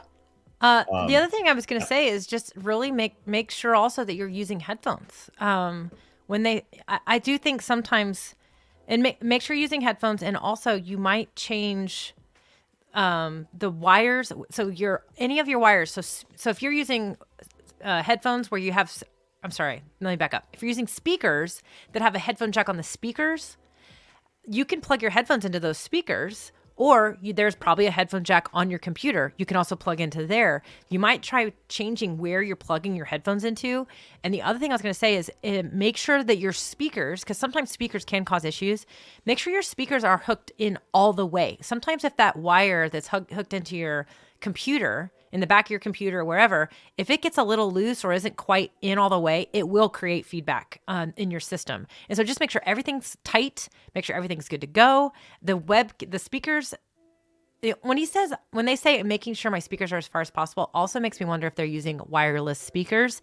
If you're using any kind of wireless anything in audio, again, it is going to interfere with things. It can interfere. So if you're using wireless speakers, try not using wireless speakers. Unplug those, disconnect them, and then try it that way. And then again, just make sure that you're 100% on using headphones if possible. And if you are, turn off echo cancellation. We're getting a lot of comments confirming that live video views absolutely do count. So live videos count. El showed live videos count, or live views count. So I thought so as well. I'm guessing he might be mentioning something else. And Eileen Smith is here. It's always good to see Eileen. Good to see you. Unlisted live streams. She's correct. If you have an unlisted or a private video, those views do not count. They do not count. So I know that some people will create unlisted videos and kind of like only email them to like paid members and certain things. And those views do not count towards your lives, to your view counts or your metrics at all. So she's correct. Those are, is my understanding, those are the only types of views that don't count. So, but again, maybe Michael's got something else that he was referring to there. So, but I just wanted to get clarity on that because for me personally, I was like, oh my gosh, that's terrible if live views don't count. Oh no. So yeah, I wanted to kind of see that for sure. So okay, can I get two last questions in real quick? Because I got two really good ones I think we should make sure to hit. Let's do it. One of these, this is from Antiques from Karen Janet. I'm still struggling with audio. I have to use headphones if I'm streaming from my phone. So I'm assuming iPhone Pro Max. All other devices are fine. All other apps work normal. So, okay. So inside of iPhone, they have a couple of things. They have a setting that actually will limit your audio, like the volume. And I'm assuming she's saying that the volume's probably too low, maybe. Maybe. I'm not sure. Yeah. There is a setting inside of your iPhone settings where it will automatically control how high you can turn the volume up. That is, you'll want to disable that, for example, to be able to make that adjustment. I've also, though, noticed if you take the phone just like this and you turn the volume up, it doesn't necessarily go all the way up. If you plug headphones in, the headphones actually give you a higher volume, actually. So you do actually have to wear headphones in that case. And I'm not sure why, but it's something in iOS, I think. And she's still here live. So Antiques from Karen, let us know if that wasn't what you were referring to. If you have a more specific thing you can share, let us know for sure. And by the way, there was a question about Twitter Spaces. Did you see that one? I think we had it, right? Let's see. Here it is. I got it. Here, I'm going to flag it back. Okay. And then there was another question. Krishnam Raju Akula was asking, can we stream simultaneously to Twitter Spaces directly from StreamYard? So the answer is no. And that's because Twitter Spaces has to go through your mobile device. Now, I do stream to Twitter Spaces myself, but the way that I do it is like I said, I have a Rodecaster Pro. I have a mixer. All my audio right now routes through that. And then what I do, there's an audio connector for my phone. I run my phone into my mixer and I start my live stream and I start my Twitter Spaces stream from the mobile device at the same time. And then now I have basically two feeds open and they're all running the same audio out to that channel. That's going to be the best way to do it because Twitter Spaces, you have to go through the mobile app. Same thing for Clubhouse and all those, and anything else that has an audio component that relies on just your phone to be able to do that. Got it. Because it has to go through like the Twitter app, for example. So cool. Very cool. Michael did come and offer some clarity. So he says your views show up on YouTube. If you go to analytics after a live show, those views do not count in your analytics. Maybe that's clearer now. So he did mention earlier that it's it is let's see, a known issue. And he said next live show, check your views. None show. All rewatched views count. They show up on analytics. They do not count. It stinks. That is interesting. That's definitely like a little bit of a kind of like it's kind of maybe like a little, I don't know, bait and switch kind of thing from YouTube there a little bit, because you read everywhere and it states that the views count, but the replay views count. Maybe he's saying the live views don't. So that's interesting for sure. And I do think that may come down to ad placement. So they're obviously not going to place ads while you're live, but a replay of a live stream, they can place ads in your video after you're live. So it could have something to do with that too. I did see a couple questions, and I know somebody asked it again for 4K in record only. Is that coming in the future? Here's the deal. The best place for you to honestly provide that feedback is two places. Okay. So we don't know. So as far as we know, we don't know about it coming, but I will tell you that on Sundays, Dan and Gage do their town hall, and it's every single Sunday at 9:00 Eastern time. Did I get that right, Christian? I always get it backwards. Is it 8 or 9? 9 p.m. Eastern Standard Time. It's 9. Okay. I used to say 8. I always got in trouble for it. So it's 9:00. So tune into those shows because they actually take questions and your suggestions and they listen to everything, those comments that come on that live show. So that's when they give their little update about what's going on, what they're working on. And it's a great place. They will actually ask questions. They'll if they're thinking about a feature, they'll ask questions right there live and they'll want your feedback right there. But that's a great place to do it. The other really great place for you to submit that is to go to StreamYard.com/contact. And there's a form you can fill out there where you can submit your use case. I know that the developers and the engineers and that team, they want you to be as detailed as possible, provide why you would use it on all of those reasons. And I'm sure you have great reasons. And I know that I'm sure you're not the only one wanting that either. So go over there and fill that out. That's one of the best places where you can get your requests featured for sure. So right now it's not I don't know about it being in the roadmap, but it doesn't mean it's not. It's just one of those things. So yeah, I'm not sure. And by the way, I see we've got, by the way, first off, David, I went ahead and submitted your feature for us. I just sent it directly to our developers. So thanks again for that question. And takes from Karen, you're asking about auto engaging a speaker. I don't know. She said that they were using I guess FaceTime and some of the other apps. And when you're using an app, it might have different access to things versus the browser. And so I don't know the answer, but I know there's definitely something I actually think it's something in the phone itself. Yep. So possibly. Yeah. So possibly. Again, submit it to our team, StreamYard.com/contact. I want to thank everybody for tuning in, by the way. This has been we got so much love today, Mel. I know. Love these are so helpful. So if you like these, by the way, and you like us doing them at least once a month, just give us a thumbs up on this video. We'd love to see that.